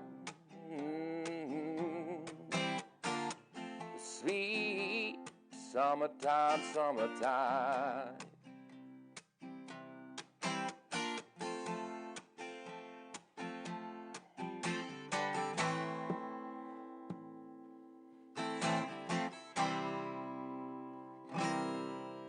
And oh, the wonder,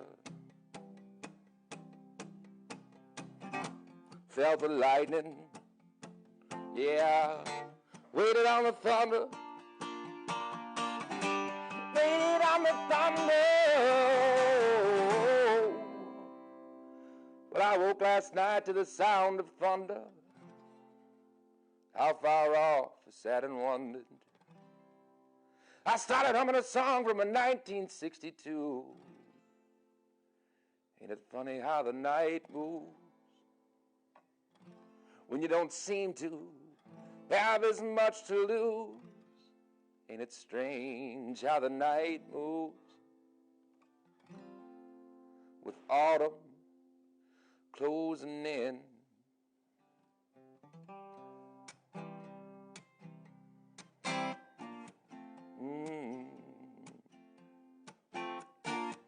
I've been working on them night moves. The night moves. Oh, oh, oh. I've been working on them night moves. Oh, oh, oh, oh. Oh, oh, oh. Yeah, yeah, yeah, yeah. Oh, oh. I remember.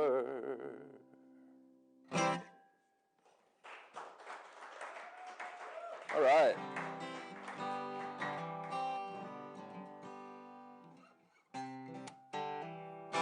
I'm going to play a new one of mine.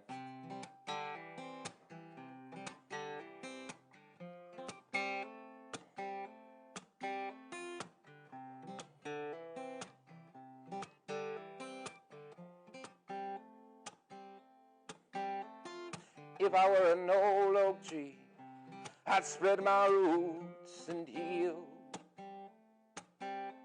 singing songs as they grew long through the valleys and the fields. You could rest beneath my shade in the forest that you'd found, fall into the nest I'd made, rejoicing in the sound. But no, you say you feel it coming down. No, you say you feel it coming down. No, you say you feel it coming down.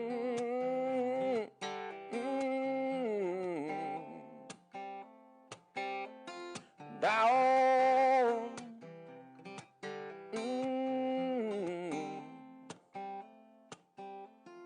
If you were a river, darling, your water sweet and cool, I'd spend my days upon your banks, swimming in your pools. And I could dive into your love or simply float along. It would be you I was thinking of when the night grew hot and long.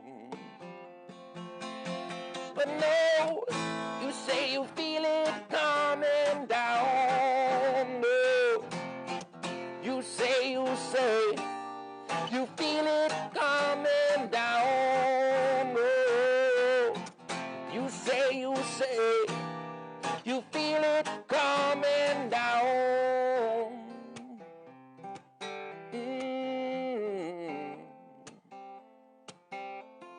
Down.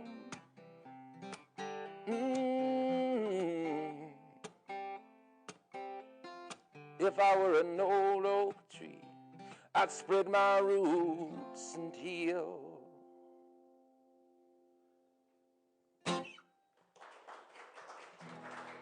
Thank you.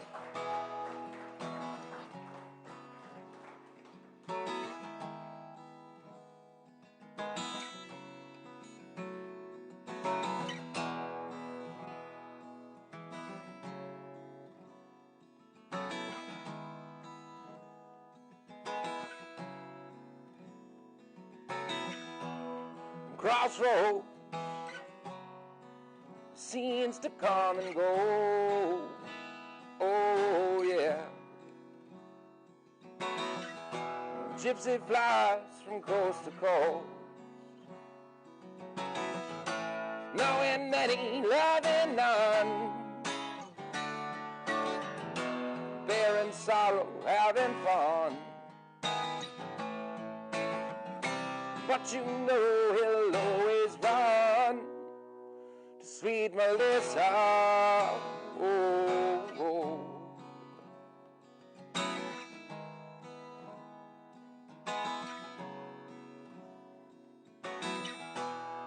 Freight train, and each car looks the same, all the same.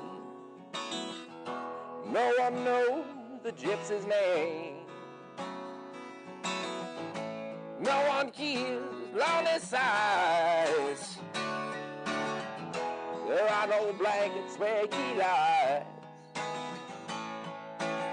In his deepest dreams, the gypsy flies to sweet Melissa. Oh,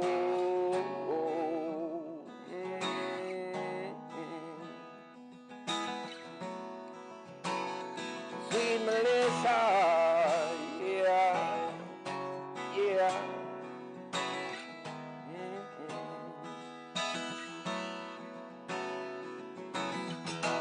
Again the moments come, again he's on the run. Sunbeam shining through his head, he's scared not to have a care. Pick up the gear and gypsy roll on, and roll on.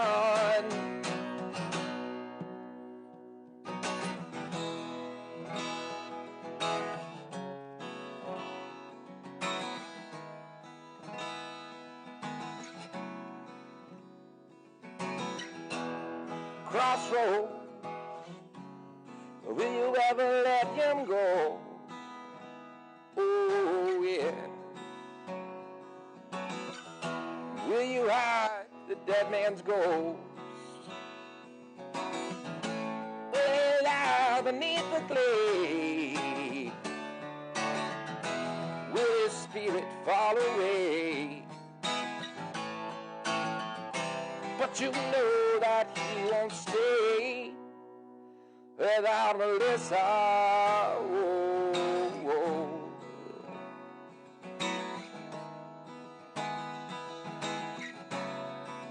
Not without Melissa.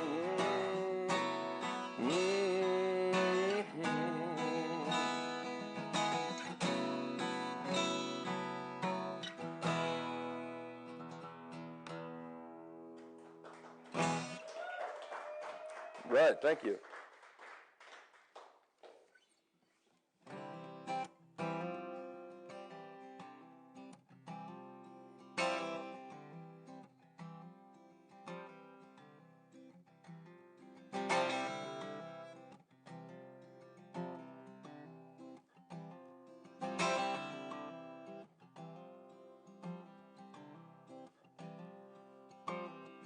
We were born before the wind, and also younger than the sun. And that bonny boat was one as we sailed into the mystic.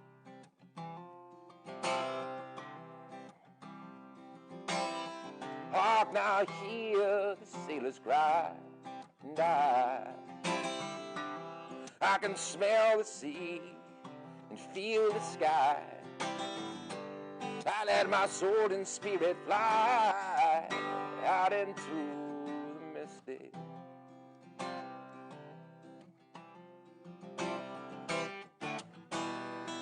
When that foghorn blows, I'm coming home.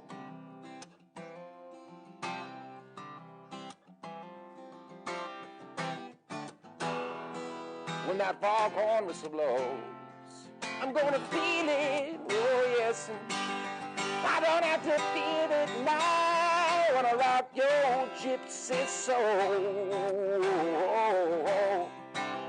Just like way back in the days of old. And together we will fold out into the mystic.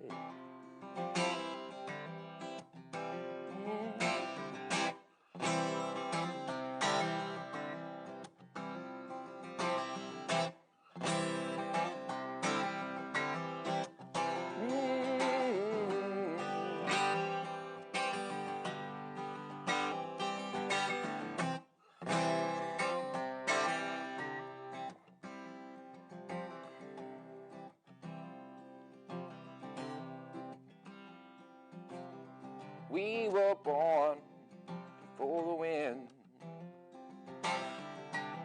and also younger than the sun. And that bonny boat was one as we sailed into the mystic.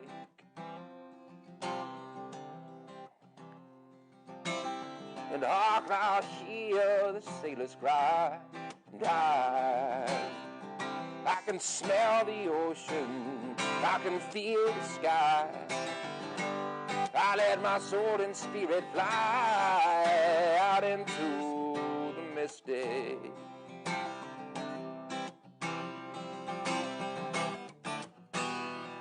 When that foghorn blows, I'll be coming home.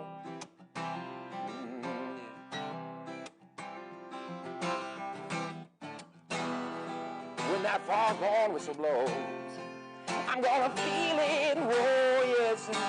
I don't have to feel it now when I rock your gypsy soul. Oh. Just like way back in the days of old. And magnificently we will fold out into the mystic. Come on, girl.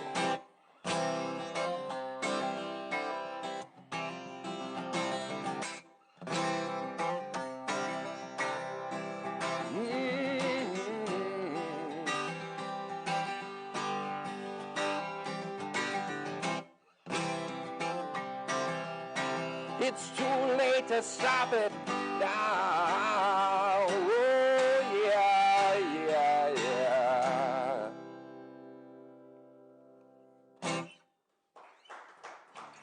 Thank you. All right, I think that's pretty much it for me, guys. One more? Oh, let's see.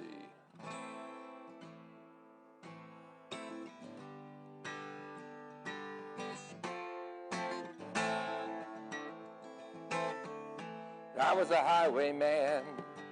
Along the coach roads I did ride. Sword and pistol by my side. Many a young maid lost her baubles to my trade. Many a soldier shed his lifeblood on my blade. Bastards hung me in the spring of 25. But I am still alive.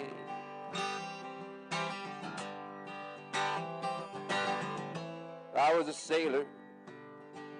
I was born upon the tide. With the sea I did abide. Sailed a schooner around the Horn of Mexico. Went aloft and furled the mainsail in a blow. When the yards broke off, they said that I got killed. But I am living still.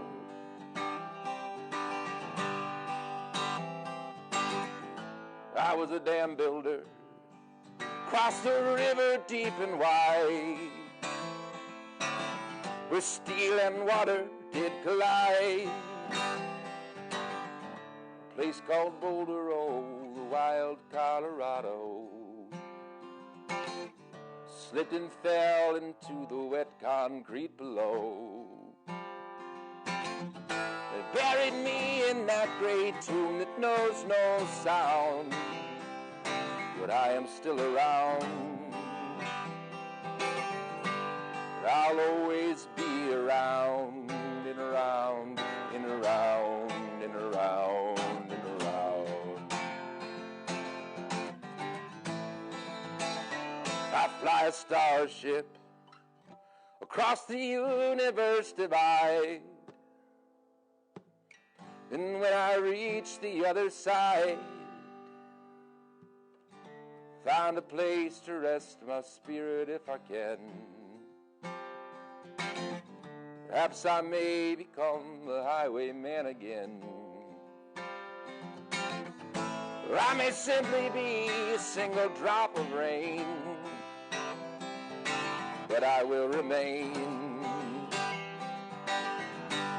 And I'll be back again and again and again and again and again.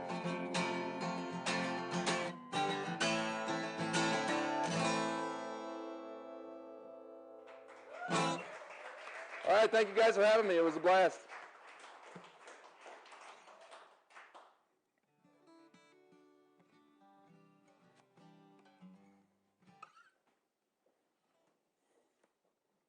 All right, Caleb, thank you so much.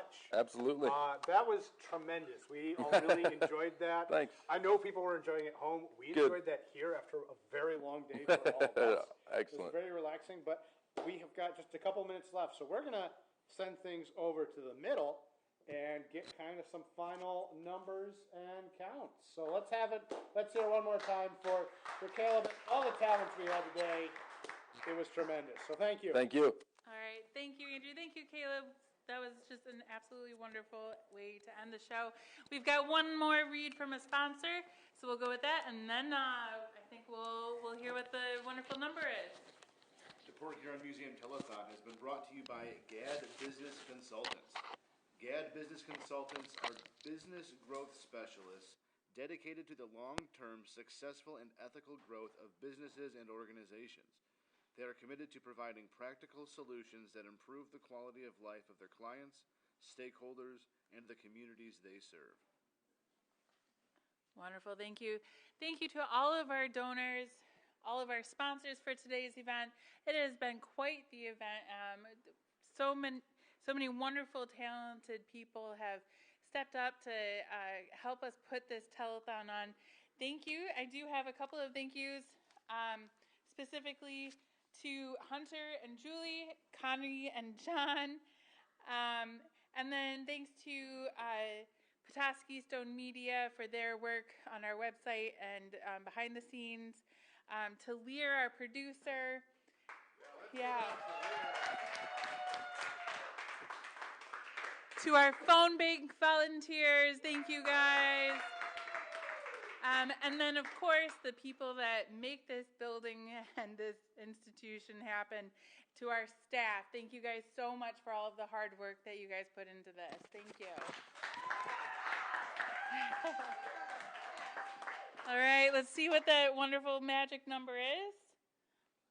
Now, as she's looking this up, I do want to remind everyone, tonight is kind of our big push, but this doesn't mean this was the only night you could donate. This is going to be on a repeat, hopefully tomorrow or in the very near future on Channel 6. We take donations, we sell memberships year-round. We want to see you not just at Christmas time.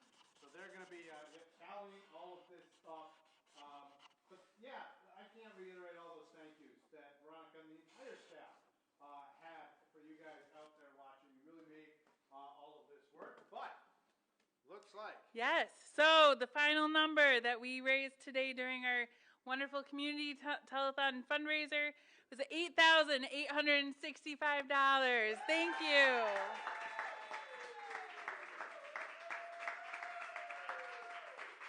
And all of that money will go towards collection and the care and keeping of our collections. So we really appreciate everybody that has donated. There we go. So yeah, the number's right up there. Again, thank you to everyone. I had a lot of fun. I think everyone else did throughout the day. So we're going to, I think, sign off. We got a lot of pickup because we came to you live from Discovery City, which is going to be open. Yeah. So we've had a lot of resetting to do. So hopefully we see you at Discovery City, one of our candlelight tours in the near future, on a trolley tour, just out and about. So from all of us here at Port Huron Museums to all of you watching at home, we hope that you have a wonderful holiday season. Have a great time, and we'll be seeing you at Port Huron Museums in the near future. Thank you so much. We'll see you soon.